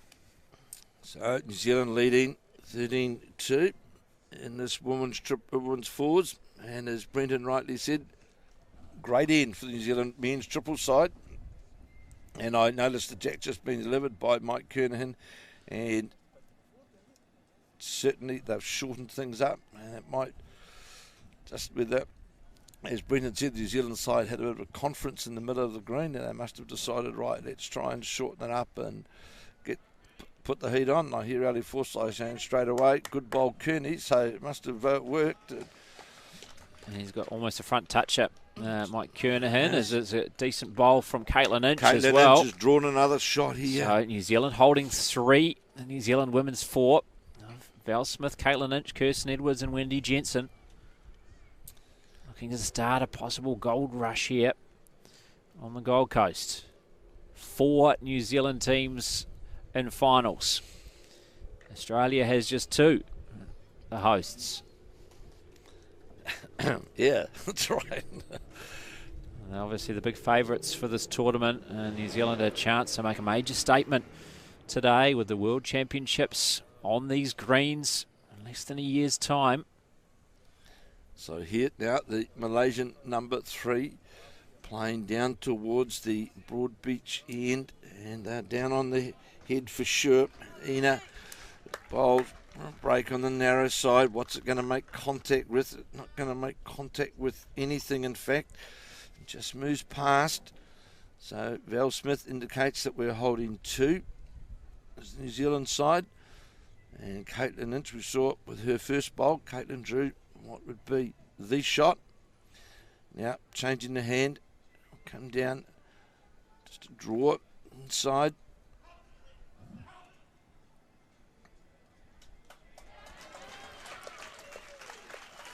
A round of applause for the Australian men's triple from the home crowd here, as that match certainly gets tenser. As Caitlin Inch's bolt, it's going to be narrow and just run away. As Mike Kernahan had drawn 2 magnificent shots over there, and I think Barry Lester has virtually drawn a touch-up, but let's concentrate on this woman's 4s. As we watch the Malaysian number 3, Ina, play her last bowl on this, the 10th of the 15 ends. And is it going to get to the jack? It looks to fair be effort. The jack. Got a touch, just a little slice on the jack. So still New Zealand holding 2, but she was not far away there. Ina, that's for sure, the Malaysian number 3. Nearly had the jack right in the middle, but just got a bit of a side swipe on the jack and moved it back to the New Zealand bowls. New Zealand leading 13-2, 13-2. That's the side of Wendy Jensen leading with Kirsten Edwards at 2, Caitlin Inch 3, and the experienced Val Smith, who you just said before, Brendan, played just close to 600 matches for New Zealand. Yeah, it's incredible, isn't it? Been a mainstay of this Blackjacks women's team, along with good mate Joe Edwards, of course. Both trying to take home some gold medals today. Joe Edwards this afternoon will have coverage live streaming here on stuff.co.nz of the women's singles final. Joe Edwards against Carmen Anderson of Norfolk Island. And we'll also keep you up to date with the other final this afternoon from 3 o'clock New Zealand time. That will be the men's pairs final. Gary Lawson and Shannon McElroy up against Nathan Rice and Ray Pearce of Australia. There's a big long look at the head from the Malaysian skip, Theatre, as she works out what she's going to do. As they need bunches now, don't they, the Malaysians, if they really put some pressure on New Zealand. They need to score, dictating Brendan, terms. Yeah, they need not just ones and twos, and these threes and fours, don't they? Just to make New Zealand maybe a bit nervous, a bit worried about their predicament, because at the moment it's a bit too easy for them. They're in a very comfortable position here. 11-shot lead, and we're playing the 10th of 15 ends. So down on the backhand is the Malaysian skip. 2 down on the head, breaking down towards the head now. Trying to get to the jack, close to sitting the shot bowl, got the jack clean. Great bowl. Superb bowl, back to the Malaysian bowl at the back, and that to me, that's 3, and I see a big applause over there in the men's triples. New Zealand holding shot in the men's triples on the 16th end. They're down by 2. We'll give you a score update at the end of that end. I'll get Caitlin indicate in a moment. Yeah, 1 down, she indicates to Val Smith with the finger pointed down. 1 down. So 1 down's not a bad result for New Zealand, but Val Smith will be looking to draw the shot here. As the jack's actually out of picture. But it's close towards the centre line, the jack. So what's happened over in the men's triples?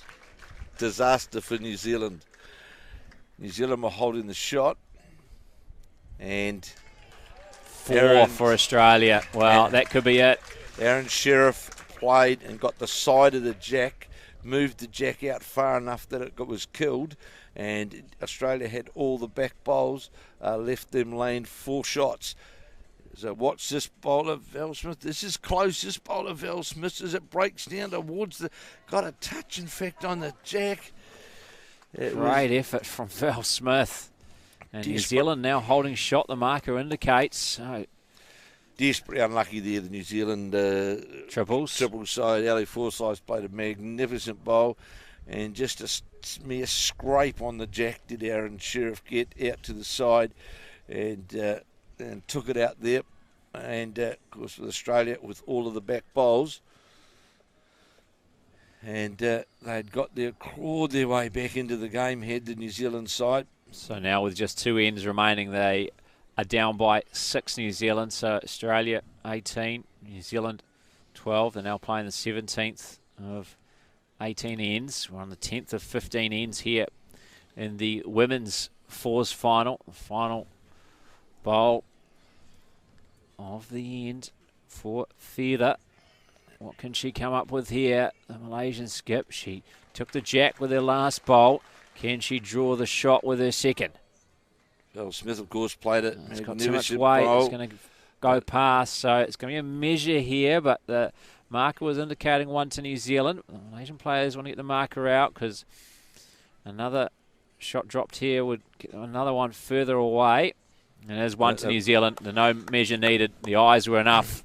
So New Zealand now 2/3 of the way through this women's fours final. And it's getting closer to shake hands time because they are up by a dozen. 14-2 they now lead. Foursome, Val Smith, the skip, Caitlin Lynch, Kirsten Edwards and Wendy Jensen of New Zealand leading Malaysia 14-2. As Wendy Jensen now rolls out the jack for this, the 11th of 15 ends. And it looks like getting closer to New Zealand securing potentially their first gold medal of these Asia-Pacific Championships. Very cool in that triples because Mike Kernan had played 2 magnificent shots within centimetres of the jack, and Ali Forsyth had played an absolute screamer as well. But, of course, that's what can happen. That's the way it's what... Yeah, still a chance. New Zealand not completely out of the men's triples, but it's going to be tough. They're down by 6 with 2 ends to play. So as we watch this bolt of Wendy Jensen's, and again Wendy Jensen now just drawing in behind the side of the jack.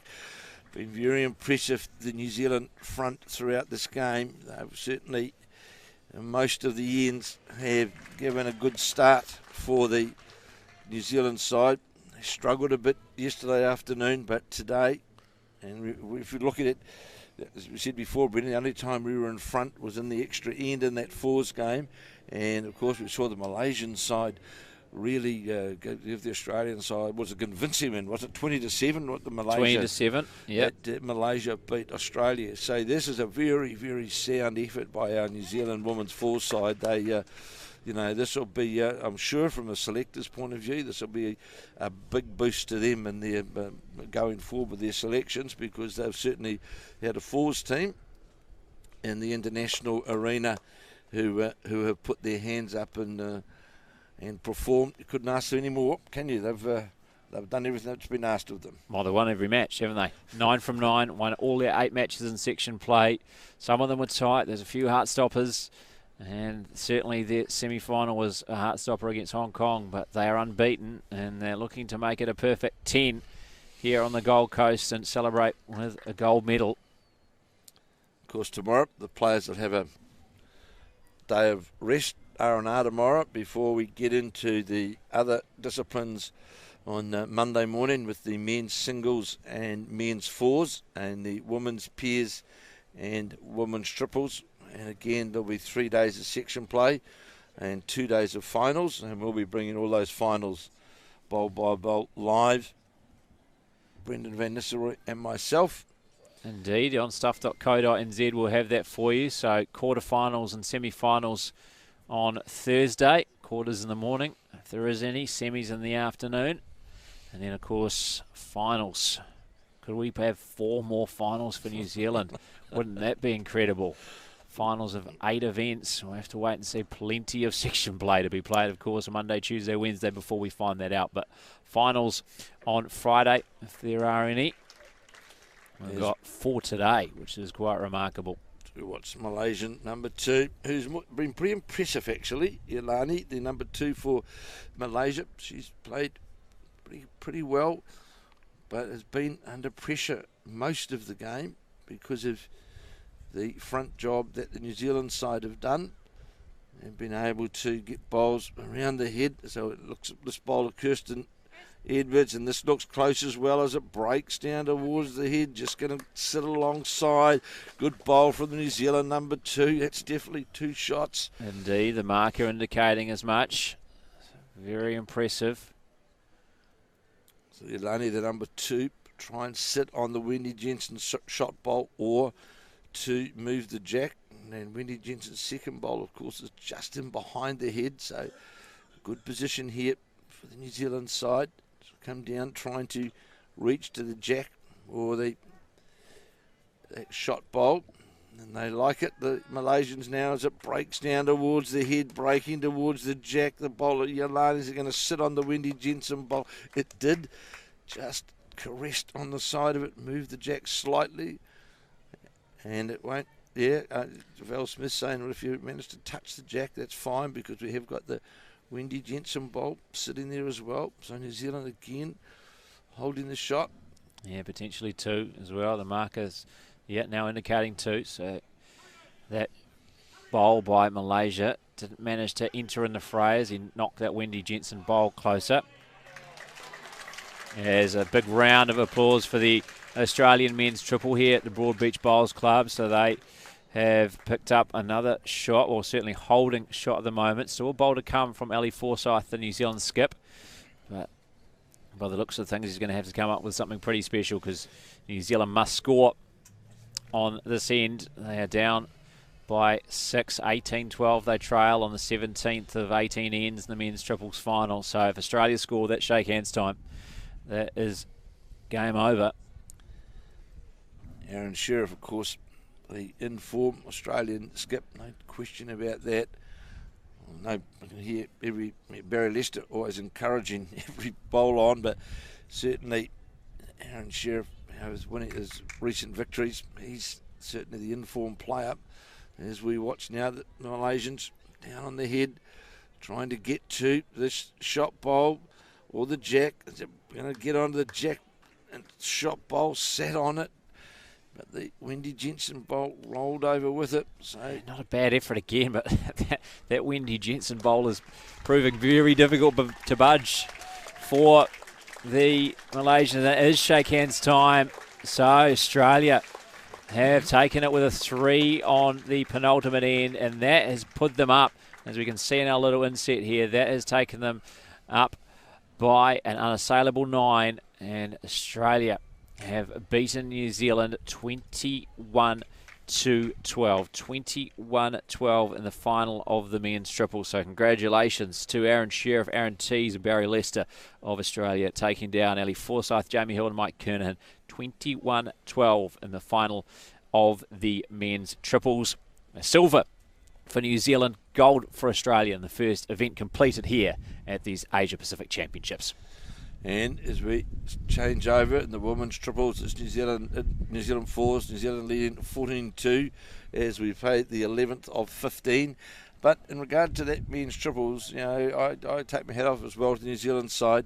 They were down 6-0. They clawed their way back, got into the front 7-6, and then Australia jumped out again, got to 14-12 with about 3 ends to go. And again, New Zealand were holding the shot. Well, they've been going into the 17th end, and it would have been into the 17th end.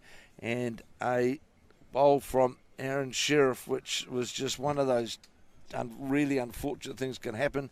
With New Zealand holding the shot, managed to slice the jack out to the side of the rink. So although the scoreboard indicates a 9-shot victory to Australia, I wouldn't be despondent from it. Well, of course you want to win gold, but New Zealand certainly showed a lot of toughness, resilience, and it was really came down to 2 ends that more than likely became the difference between gold and silver. But the New Zealand side, yes, they'll be disappointed. They'll be bitterly disappointed in losing.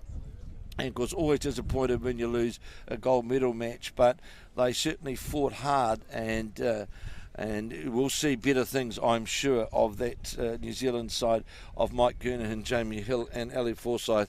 They're a very strong international side, no question about that. And we'll certainly see more of them. Of course, next week they will all be together in the fours, and Gary Lawson will join them in the fours. So a very, very strong New Zealand fours side. So all is certainly not lost, and I'm confident we'll see a good showing over the next week from that New Zealand fours side. Yeah, so the first medal for New Zealand of these Asia Pacific Championships is confirmed. Silver for the New Zealand men's 4, New Zealand men's triple, but New Zealand women's 4 very much on track for gold here against Malaysia in the final of these Asia Pacific Championships. Of course, 4 New Zealand teams in finals today. We've had the first one completed. The New Zealand women's 4 in action now. And then this afternoon from 3 o'clock New Zealand time, we will have the New Zealand men's pair of Gary Lawson and Shannon McElroy in action against Australia. And live streaming for you, we'll have the women's singles final. Jo Edwards going for gold in what I believe will be her 600th game for New Zealand. 600th game. Jo Edwards will confirm that, but that is quite a remarkable achievement, and she could be celebrating with another gold medal. So we just saw it, the Malaysian skip play down with some weight and move the jack out, and I'm sure that's Kirsten Edwards' bowl that's sitting there. We'll know in a moment. New Zealand leading 14-2 as we're playing the 11th of 15 ends here in the final of this women's fours at the Asia Pacific Championships at Broadbeach. And just earlier we'd seen the Australian men's triple side defeat the New Zealand side of Ali Forsyth, Jamie Hill and Mike Kernahan, as we watch Val Smith on the mat on the backhand, playing down towards us here in the commentary position, and it looks as though it's going to be on the wide side and it is coming down towards the back. Obviously, the intention, thinking that the Malaysian side, they will attack again. Yeah, not far away, I think, from where they wanted that one for Val Smith, the New Zealand skip. Still New Zealand holding the shot, but expecting Fiora, the Malaysian lead, to be aggressive again. Try and target the jack, which she's got a clear path towards, if she can pull it off.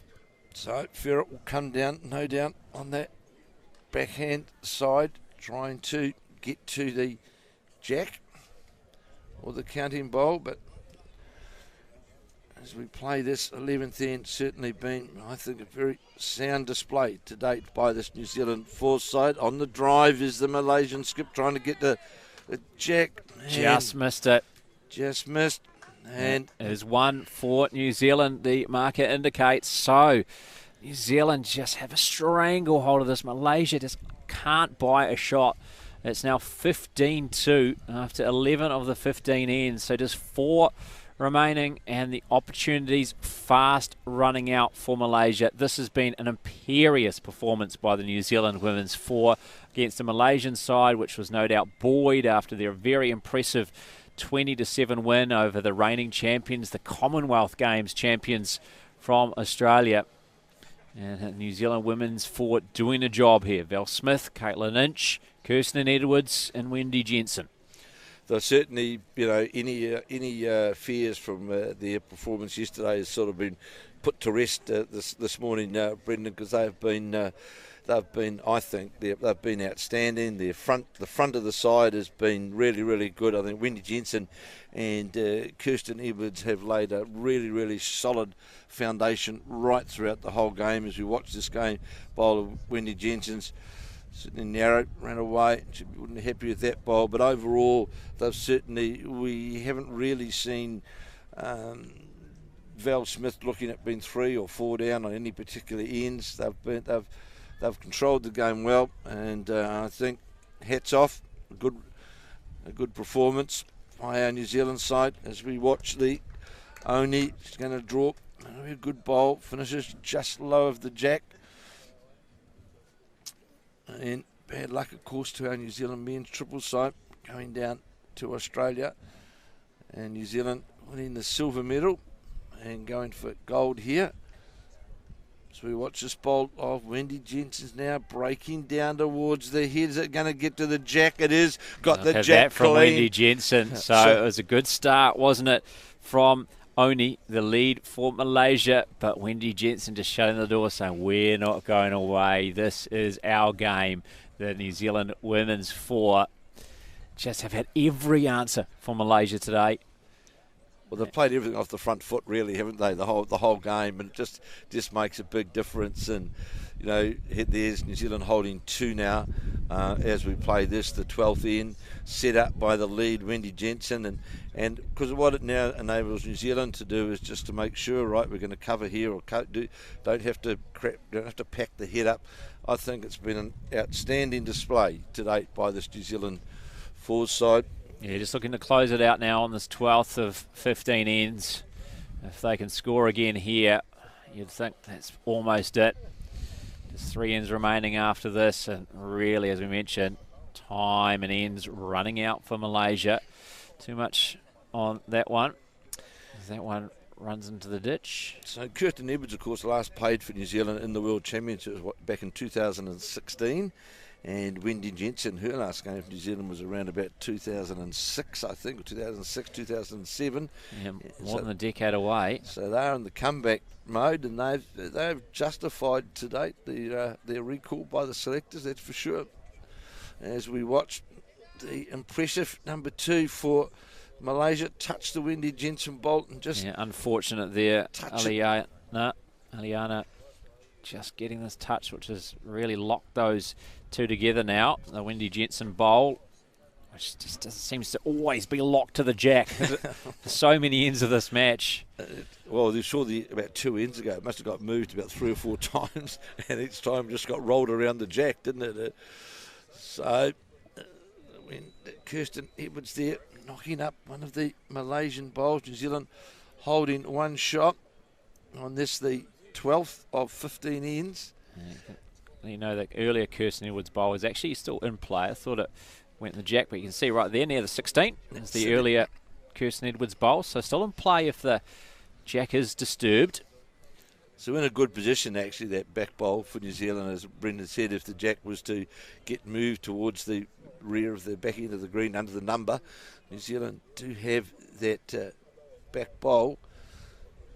So these New Zealand four-side, because Val Smith isn't what, she hasn't really been very frequently international skip. She's led a lot, of course, in the pairs, played singles, and played in other positions. So now in charge, so to speak, at the top end.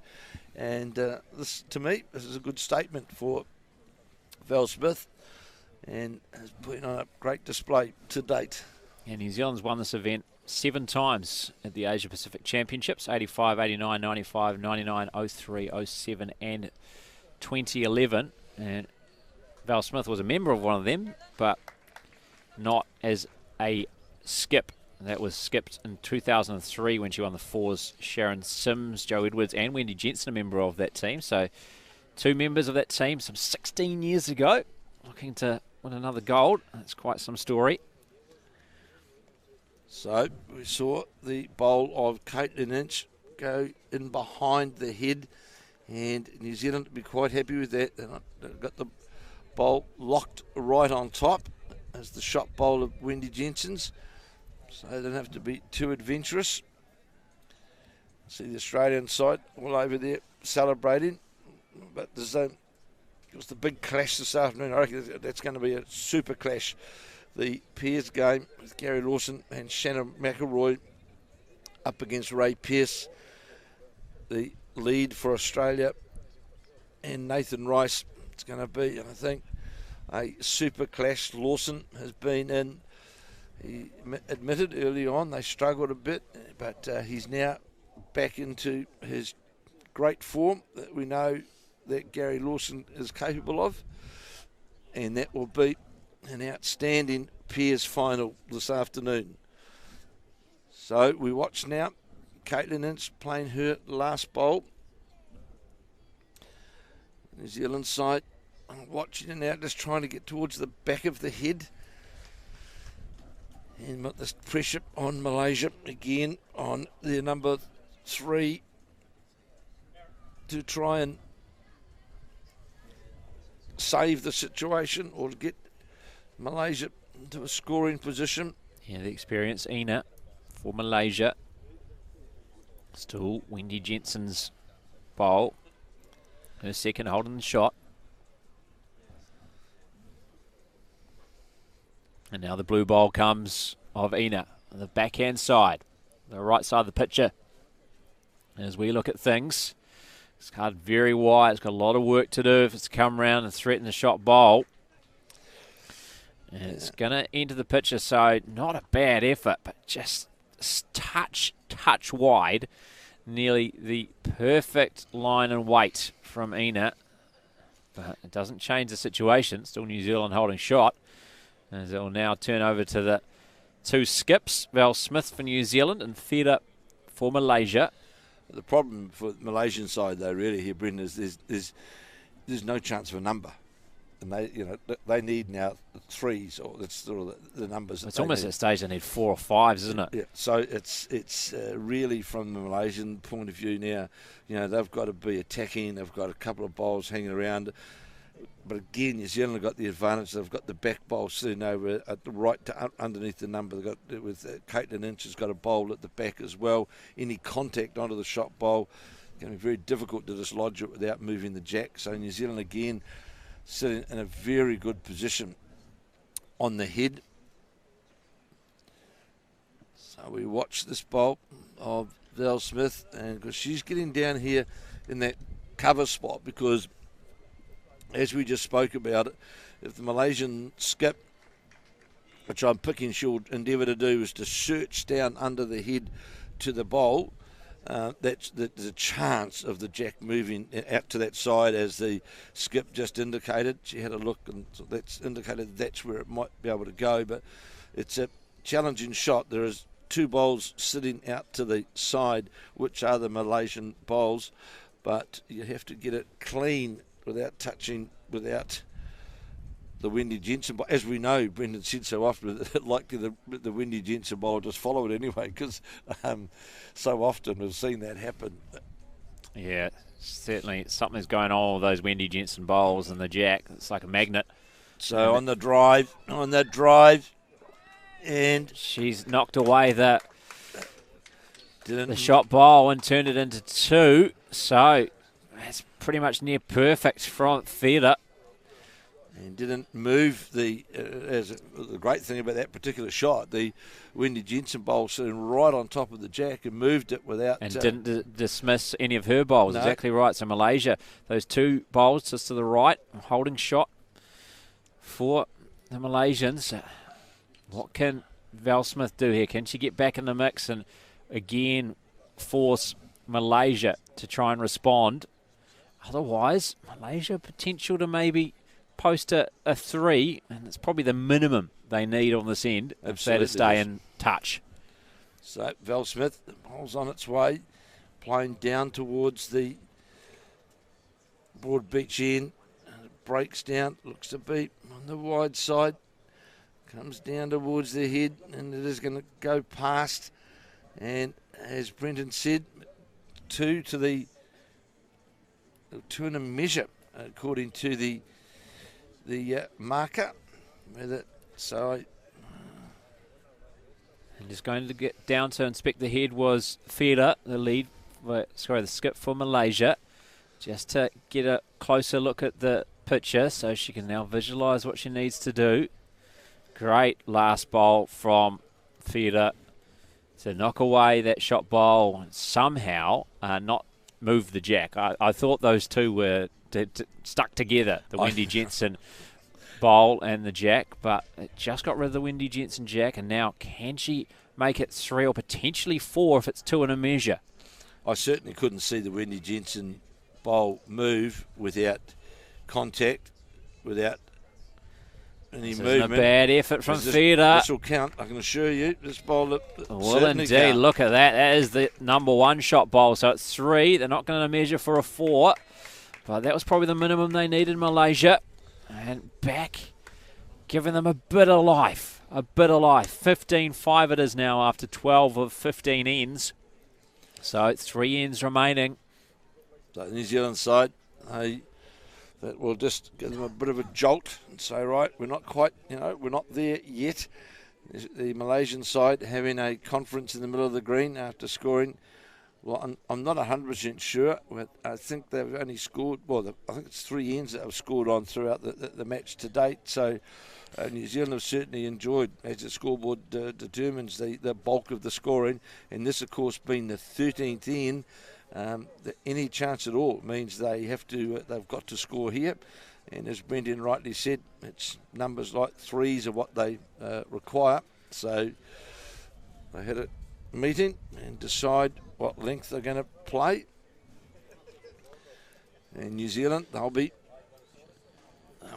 quickly thinking to themselves, a mid-range length, or a bit longer actually than we thought they'd probably try and play. And of course, what goes through New Zealand minds right now is, well, we were well behind yesterday, and New Zealand caught up, got an extra end and won. So New Zealand will be trying to get a good start with Wendy Jensen again, as we watch the Malaysian lead, as we watch Oni breaks down towards the head and is drawn. Good start by Oni. Good starting bowl for sure. Just 1.5 foot away, almost jack level. Now, how can Wendy Jensen respond? She's been so consistent today. The New Zealand lead. Coming this forehand side. Looking for it to come around. Looks like the line's good. Does it have the weight? Very good line. Got a great line to the jack this bowl. This is going to be very close to the jack or sit on the Malaysian bowl. Sat and caressed on the side of the Malaysian bowl. High fives. Wendy Jensen and Kirsten Edwards in New Zealand number 2. Great start off the front for New Zealand. Just keeping the pressure on Malaysia. They have to score a big number. New Zealand know that. And just making sure it's going to be very difficult for them to do so.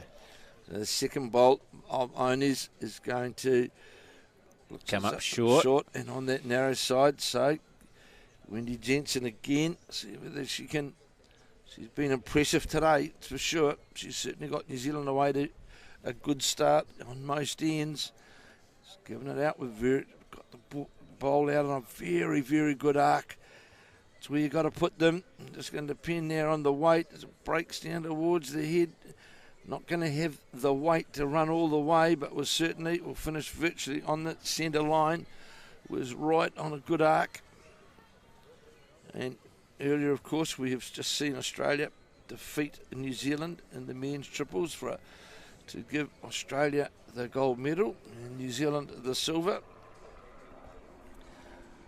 As we watch the number 2 now, Yelani, who's been pretty impressive for the Malaysian side with the red cap, playing down on the backhand, trying to either sit inside the Wendy Jensen bowl or turn the front bowl over as she heads towards the front jack now. She's going to get the jack clean, and she's done it again. Very good bowl from the Malaysian number 2. Yeah, Eliana, beautiful bowl. She struggled early, but certainly has come to life in recent times and gotten a bit of a battle with Kirsten Edwards. That 2 number 2s for Malaysia and New Zealand. Now, what can Kirsten Edwards do in response? Malaysia definitely holding the shot. So here we have Kirsten Edwards with the sunglasses on, the Stoke Club in Nelson, winner of the New Zealand, part of the winning New Zealand fours side earlier on this year. As it breaks down towards the jack, how's the weight? That's going to be a bit on the quick side. Val Smith trying to slow it up. Just going by. In fact, goes to the ditch. So too much weight from Kirsten Edwards, and it's always tough to change the weight. And jack's now moved pretty much level with the tee, so 2 metres from the ditch. The green running around about the 15-second mark. Now, it wouldn't surprise me if it's already 15 and a half, Kevin. Yeah, well, it's got some sun out there now, haven't we, Brenton? So more than likely it's put another yard of pace in it. As we watch the number play her second bowl. Very wide, a lot of green. Might be good enough for the second. No, I wouldn't have thought so. So still just 1 for Malaysia. And Val Smith just wants Kirsten Edwards to get one in this area to the left of the jack, and behind it. Val Smith giving the old hand clinch. How's the weight as it breaks down? Looks, is it better weight? It is better weight. That's where they want it. Certainly 1 down, but that's fine. That's okay. That's a good spot to be in, and 1 down's not going to hurt New Zealand. Malaysia can pick up 1s for the last 3 ends, and New Zealand's still going to win by 7. So Malaysia need big numbers, and New Zealand just need to make it difficult for them, and that's exactly what that bowl does. So we'll see now the number 3 for the Malaysian side. Ina, she'll come down following. Ina will follow down on her forehand side. Definitely holding 1 in Malaysia, trailing 15-5 on the 13th. Because already the short bowls, they're out of play. They're not going to feature, so the maximum that they could score in an end here is 6 now. But with that Kirsten Edwards bowl being there, that makes that 6 near impossible. And the first bolt of Ina's just went by on the head. As we watch now, Caitlin Inch, the Broadbeach-based player, following that bowl down. It's on a good line, this bowl of the Caitlin Inch now just breaks towards the jack. This is a good bowl. Is it going to get all the way? Not quite. Didn't quite have the guts to get there, but a fine effort by Caitlin Inch. She's got to target the jack there and carry it towards this Kirsten Edwards black bowl, which was the second shot, may now be the third shot. Now another bowl on the head though, Brenton, that's the main thing. And of course now here's Ina fallen short. So Val Smith just indicating to Caitlin Ince. It's the yard more away, and she's on the jack. It's on its way. Just a slight modification. Can she make it? Maybe looks a touch narrow. Not quite the weight. But still not a bad effort. Another bolt on the head. So as the skips change over, it's Malaysia holding the shot and New Zealand leading by 15-5, 15-5 in the final of this women's triples. That's New Zealand side, the New Zealand four side, of Wendy Jensen leading, Kirsten Edwards at 2, Caitlin Inch at 3, and Val Smith, the skip. As we watch the Malaysian skip, Farah definitely holding the one. Played a great bowl on the last end, it's for sure, to get Malaysia to score. She following down on that forehand draw line. How far is it going to come back with that weight? I feel like it's got too much weight. Is it going to stay in play? No, in the ditch. Now, I just wonder, Brenton, just wonder whether... What do you wonder, Kevin? Well, we might actually see Val Smith plays down through that V there. If she gets onto that Malaysian bowl... So you're talking about in between the Caitlin Inch bowl Yes. and the shot bowl, Yep. which is the white bowl with the red hoop on it. It's the shot bowl there of the Malaysians, and the Caitlin Inch bowl is that blue bowl just to the left of that. So Kevin calling for Val Smith to maybe have a go in that little gap and try and shoot towards that shot bowl and the jack. It's just slightly over draw weight, and she's on the outside of that line though. It's the She turns her back on that one. I don't think she's overly happy with it. Too much weight, I think. It's going to be tough to stay in. Like the weight to play that shot, but it was the wrong line. That's in the ditch. So it's still only holding one, and Fila just looking, how do I turn this into a multiple, because one's not going to do. Yeah, I need 3 or 4 or 5. How can I do that with what I've got? And it's pretty much impossible. This blue bowl right at the bottom of the screen, that is a Malaysian bowl, but you've got to get rid of that Kirsten Edwards black bowl, which is just above it. The other bowl at the bottom of the screen to the left, that's also a Malaysian bowl. So if you can somehow move the jack towards them with your bowl, then you're maybe going to get 3. That might be the best. It could be. Could do. It is. It's very. The opportunity is, and it's a gamble shot. You play down that line that we're talking about for Val Smith.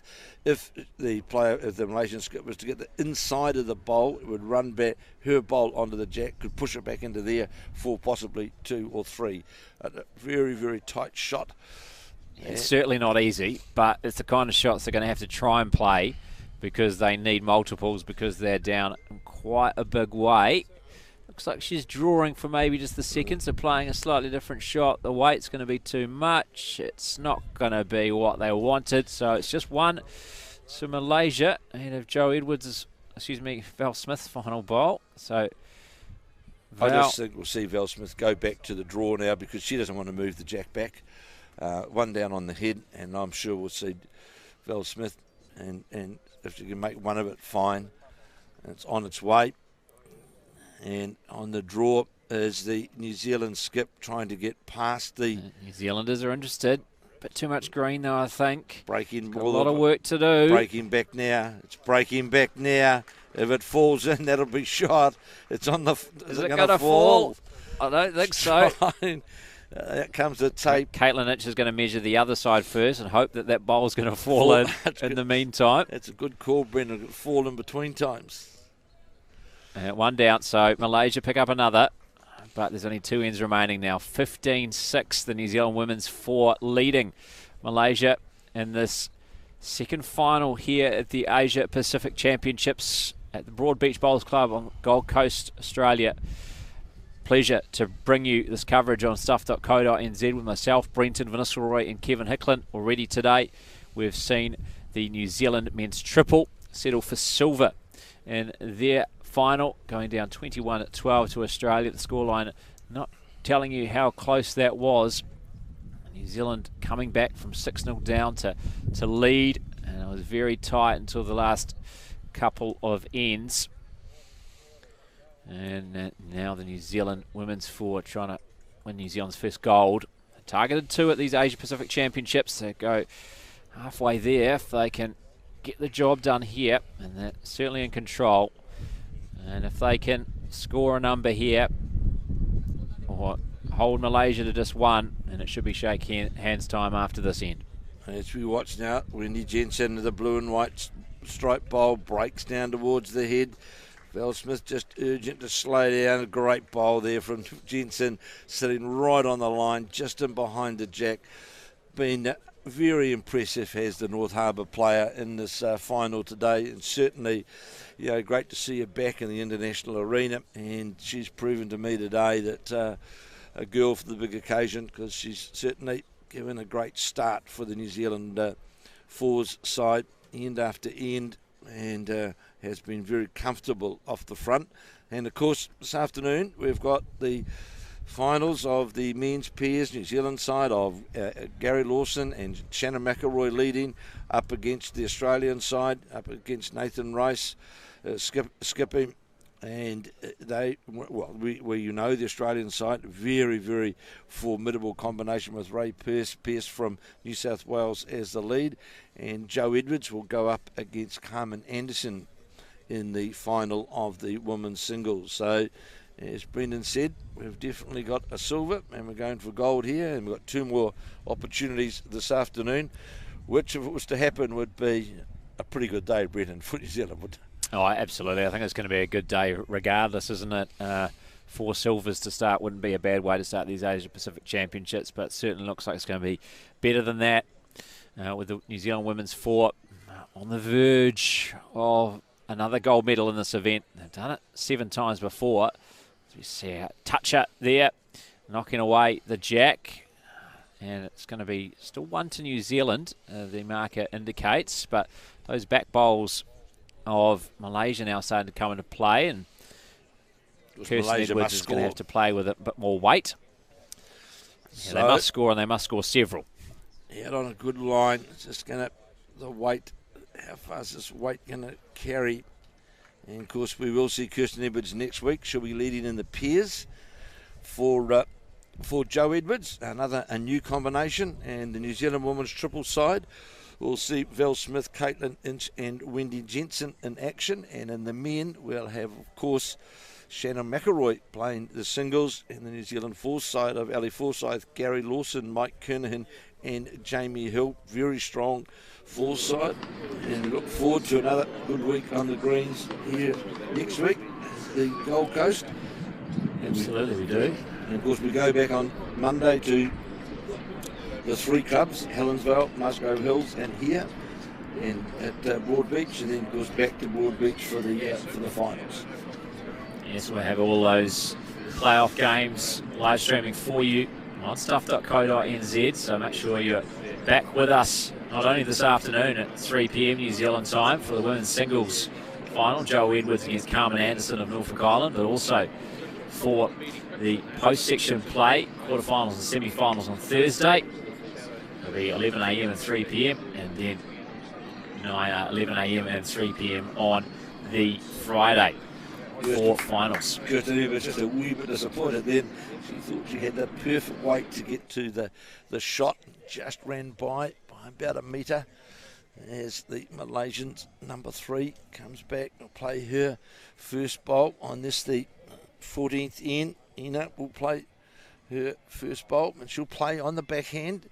And as Brendan rightly said, they need a big score to the Malaysians to stay alive in this final as we play the 14th of 15 ends. And looks to be on a reasonably good line as it breaks down towards the jack. How far is it going to come back? It's coming back now. Now that right now could well be Malaysia. Yeah, the marker indicating shot to Malaysia. There's still a lot of room to work in. There's nothing around the jack at the moment. So Caitlin Inch has a big opening here. So on a good line is that New Zealand bowler Caitlin Inch out on a nice Edwards arc and to the Smith jack. are interested. Looking at this as it breaks down towards the jack now, just breaking its way in towards the head, and not quite going to make it. Just it's on the right line, wasn't it? Just didn't have the weight. He wanted another few rolls and certainly would have made shot.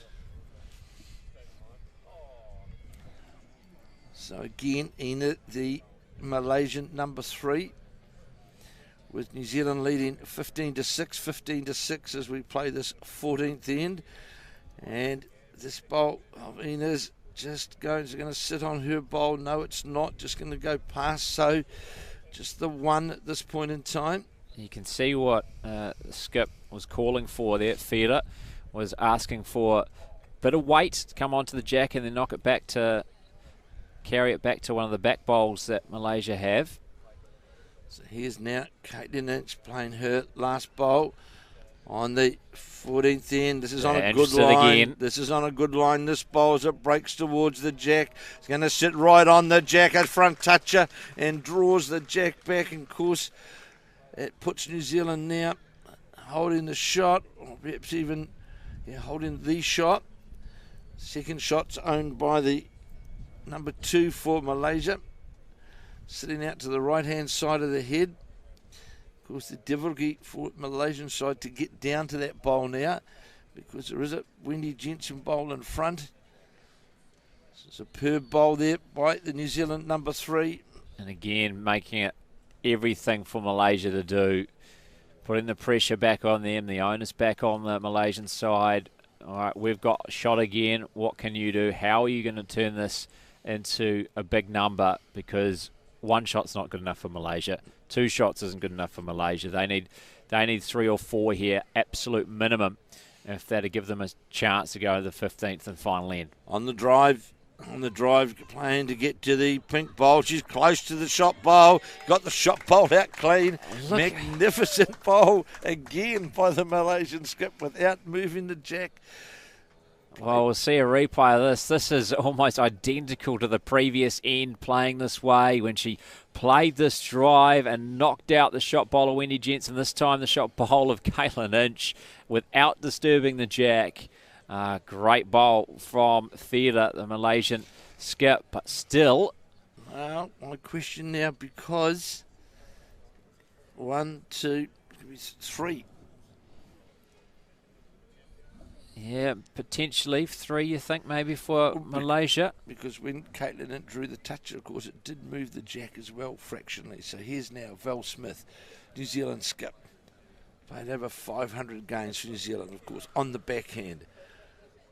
Breaking down towards the head now. Got to get under this front bowl. How's the weight now as it breaks down towards the head? Trying to rest on the bowls will be great. Look at that. And it does. Superb bowl by the New Zealand skip. That's what they wanted. And it makes it near impossible now for Malaysia to pick up a number here. Great bowl by Val Smith, the skip of this New Zealand women's 4. As Feder looking to see what she can do. And having a bit of a discussion with Oni, Aliana and Ina, her teammates of this Malaysian women's 4.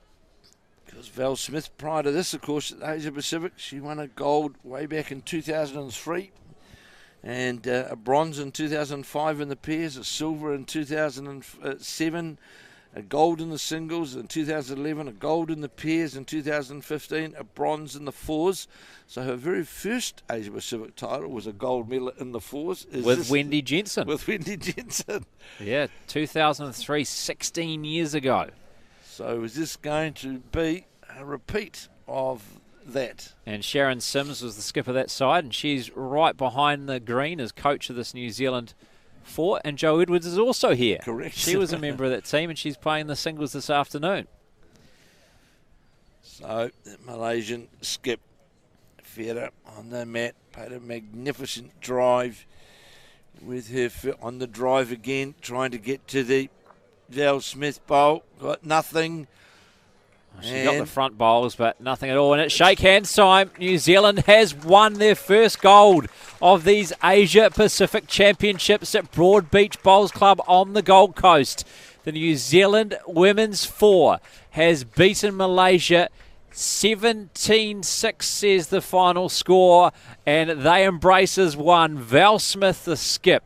Caitlin Inch, Kirsten Edwards and Wendy Jensen. Sharon Sims joins in for the high fives, the coach of this New Zealand Women's 4. And after a silver this morning in the New Zealand men's triple, the New Zealand women's 4 to take home gold from the Gold Coast. Certainly a convincing display by the fours combination this morning, Brendan. We saw them have to go that extra end yesterday, of course, against Hong Kong, China, and they had struggled throughout that game. They were in fact down 12-5 with only about 4 or 5 ends to go. Hung in there right throughout, forced their way into the extra end. I spoke to the team before they went out this morning, and they were confident. They maintained, they said to me, we did the hard work by getting through that semi-final, which they did. And this morning in this final over Malaysia, the team of Wendy Jensen, Kirsten Edwards, Caitlin Inch and Val Smith, they were dominant right throughout the whole game. I think Malaysia scored, it might have been 3 ends or 4 ends at the most that they scored on. It was a convincing win for the New Zealand women's 4 side. With the New Zealand men's triple side, 6-0 down, managed to get back and hit the front 7-6, and then got to 14-12 and were holding the shot and really were desperately unlucky. The scoreboard didn't indicate really how close the New Zealand triple side of Ali Forsyth, Jamie Hill and Mike Kernahan were. It was only a bowl by Aaron Sheriff, in fact, when New Zealand were holding the shot, which pushed the bowl right out to the side and back to the spot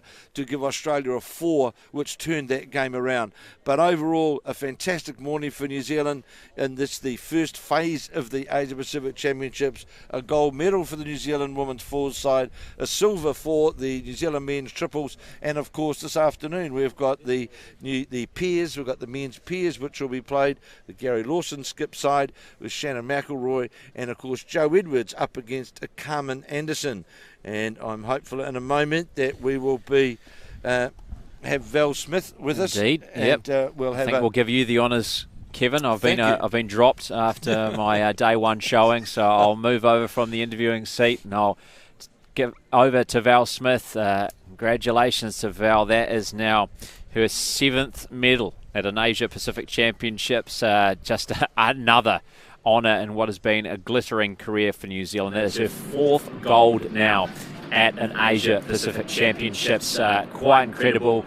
Like her great friend Joe Edwards, almost 600 games for New Zealand. We believe Joe Edwards will be in fact playing her 600th this afternoon in the women's singles final against Carmen Anderson. But a big congratulations to Val Smith, Caitlin Inch, Kirsten Edwards and also Wendy Jensen. Smith and Jensen were part of the women's 4, which won way back in 2003. Sharon Sims, the coach, was the skipper of that side. Joe Edwards was a member of that 4. And now they have done it again for the 8th time. New Zealand has won this event in an Asia Pacific Championships, adding to the teams from 85, 89, 95, 99, 03, 07 and 2011. You can mark down 2019 as another successful year for the New Zealand women's 4, and very shortly we'll be joined by Val Smith, the skip of the New Zealand women's 4. But make sure you do stick around for not only that interview, but join us again at 3 o'clock New Zealand time, because we will have live streaming of the New Zealand women's singles finalist, and that's Joe Edwards up against Carmen Anderson of Norfolk Island. We will also provide you updates of the pairs final, the men's pairs final, featuring New Zealand's Gary Lawson and Shannon McElroy up against Ray Pearce and Nathan Rice of Australia. So plenty of fantastic bowls coverage to come here on stuff.co.nz with myself, Brenton Vanessa-Roy and Kevin Hicklin providing you the coverage. So 1 from 2 in the finals so far for New Zealand. The New Zealand women's 4 gold and silver for that New Zealand men's triple. But the promise, Kevin, of potentially more to come. Oh, I'm looking forward to this afternoon because, we saw earlier on in the competition, we saw Joe Edwards up against Carmen Anderson. And what a fighter Carmen Anderson is, because yesterday morning, of course, in the quarterfinals, she was down against Kelsey Cottrell, the Australian representative, and just clawed her way back into the game. And then, of course, in the semi-final against the Malaysian representative, she also was behind and clawed her way back into there. So we know very well that Joe Edwards, I think, and I made the comment yesterday after Joe defeated the Canadian representative, that I felt that Joe Edwards was on her way to gold. just the way that she was handling and managing her game, and I still stand by that. Although Carmen Anderson will certainly put up a fantastic fight, I've got this feeling that Jo Edwards she's just got that.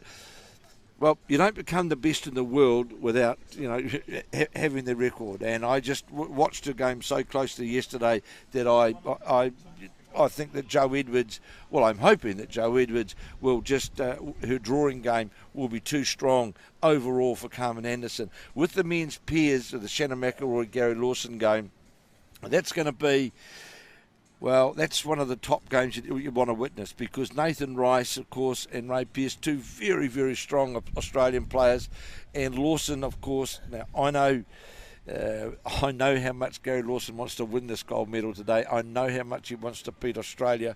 It means so much to him to be back in playing for New Zealand. And, of course, with his mate Shannon McElroy, they certainly will be a formidable combination for the Australians this afternoon. And I'll very shortly have Val Smith with me. I'm just waiting for Val to make her way down here. She's very short. Just have to sprint down here, but we'll have Val Smith with us any moment, and we'll have a chat after the Val Smith side winning gold for New Zealand. And I think, well, not think, it was a convincing display here at the Broadbeach Club. The sun's now coming out, virtually no wind, and looking forward to next week. I've got great confidence, Brendan, in that New Zealand fours side. I think it's one of the strongest fours side we've had for a long time. Ali Forsyth, Gary Lawson, Mike Kerner and Jamie Hill. That's a very, very strong side. And the new combination in the pairs, women's pairs with Jo Edwards and Kirsten. Val Smith is proven in the fours, and let's hope she can do it again in the in next week in the pairs. And then, of course, we have got the world champion Shannon McElroy, who will be playing, of course, in the singles. So we're looking forward to a good afternoon today, and then a good week next week, as Val Smith is just arriving now, and I'll have Val Smith with me any second in here.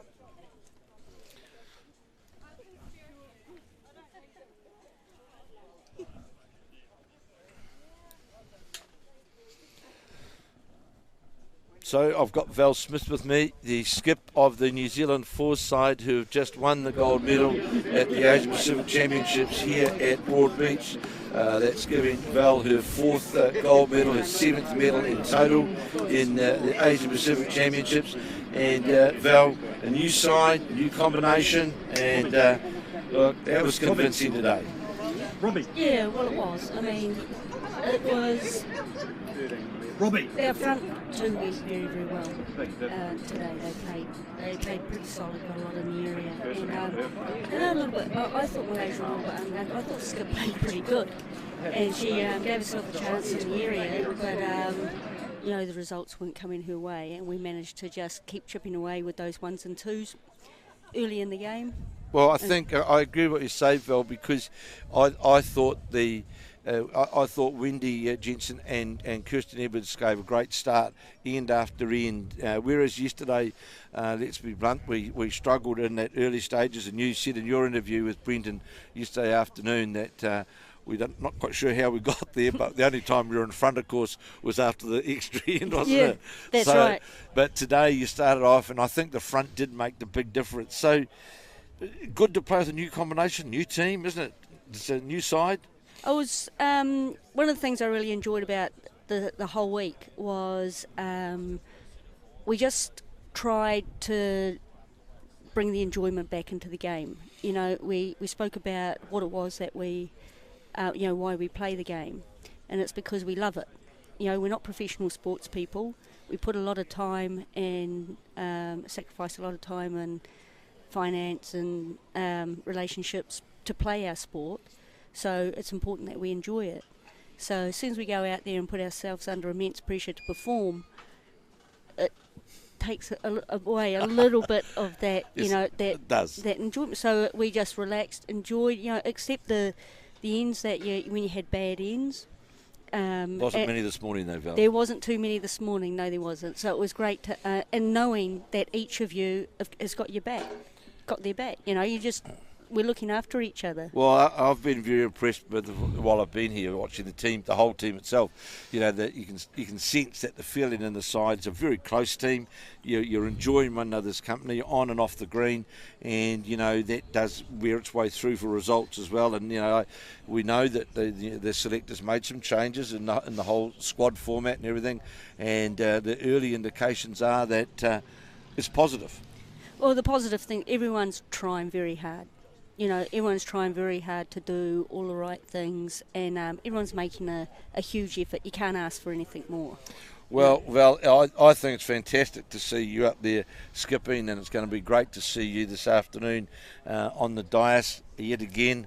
Another gold medal, but I think this one's special insofar as we had a disappointing Commonwealth Games, and we've sprung back into our first international event from the Commonwealth Games, building up to the World Championships. 4 sides after the first week, on all 4 disciplines in the final. You can't really get a better start, can you? No, I know. I mean, I think we were talking about it last night, and I think it's a first. I think it's a first. In the time that I've been involved, yeah, I'm sure that's been a first, where we've had 4 teams reach the final on the first week. Well, Val, on behalf of all of us and behalf of all of our viewers, it's stuff.co.nz watching this live cast. Congratulations to you and the girls. Great win. And now go out and do it again next week in the triples. That's right. And just want to wish Joe Edwards and our Piers boys all the very best for this afternoon as well. I'm sure they'll go well, and I know they'll have the support of the rest of the whole New Zealand squad. So congratulations, Joe. Val, sorry. and always great to have a chat with you. Okay, thanks, Kev. So that brings us to a close now. This morning's bowls here at Broadbeach at the Asia Pacific Championships. As we can tell you now that New Zealand have won gold in the women's fours, the side of Wendy Jensen, Kirsten Edwards, Caitlin Inch and Val Smith. They have won gold for New Zealand, defeating Malaysia. And in the triples, we saw the side of the Mike Kernahan leading Jamie Hill and Ellie Forsyth going down to Australia, and that gave, of course, a silver medal. This afternoon, though, we move on to the final of the men's pairs, where Shannon McElroy and Gary Lawson, they'll do battle with Australia. Nathan, they'll play the Australian pairs combination, and then we'll see, of course, Joe Edwards will play in the women's singles final, where she'll be playing against Carmen Anderson of Norfolk Island. And we'll be bringing you all that action this afternoon from the Asia Pacific Bowls. This is Kevin Hickland signing off for stuff.co.nz, and we'll be back with you for this afternoon's finals when they get underway at a sunny Broadbeach.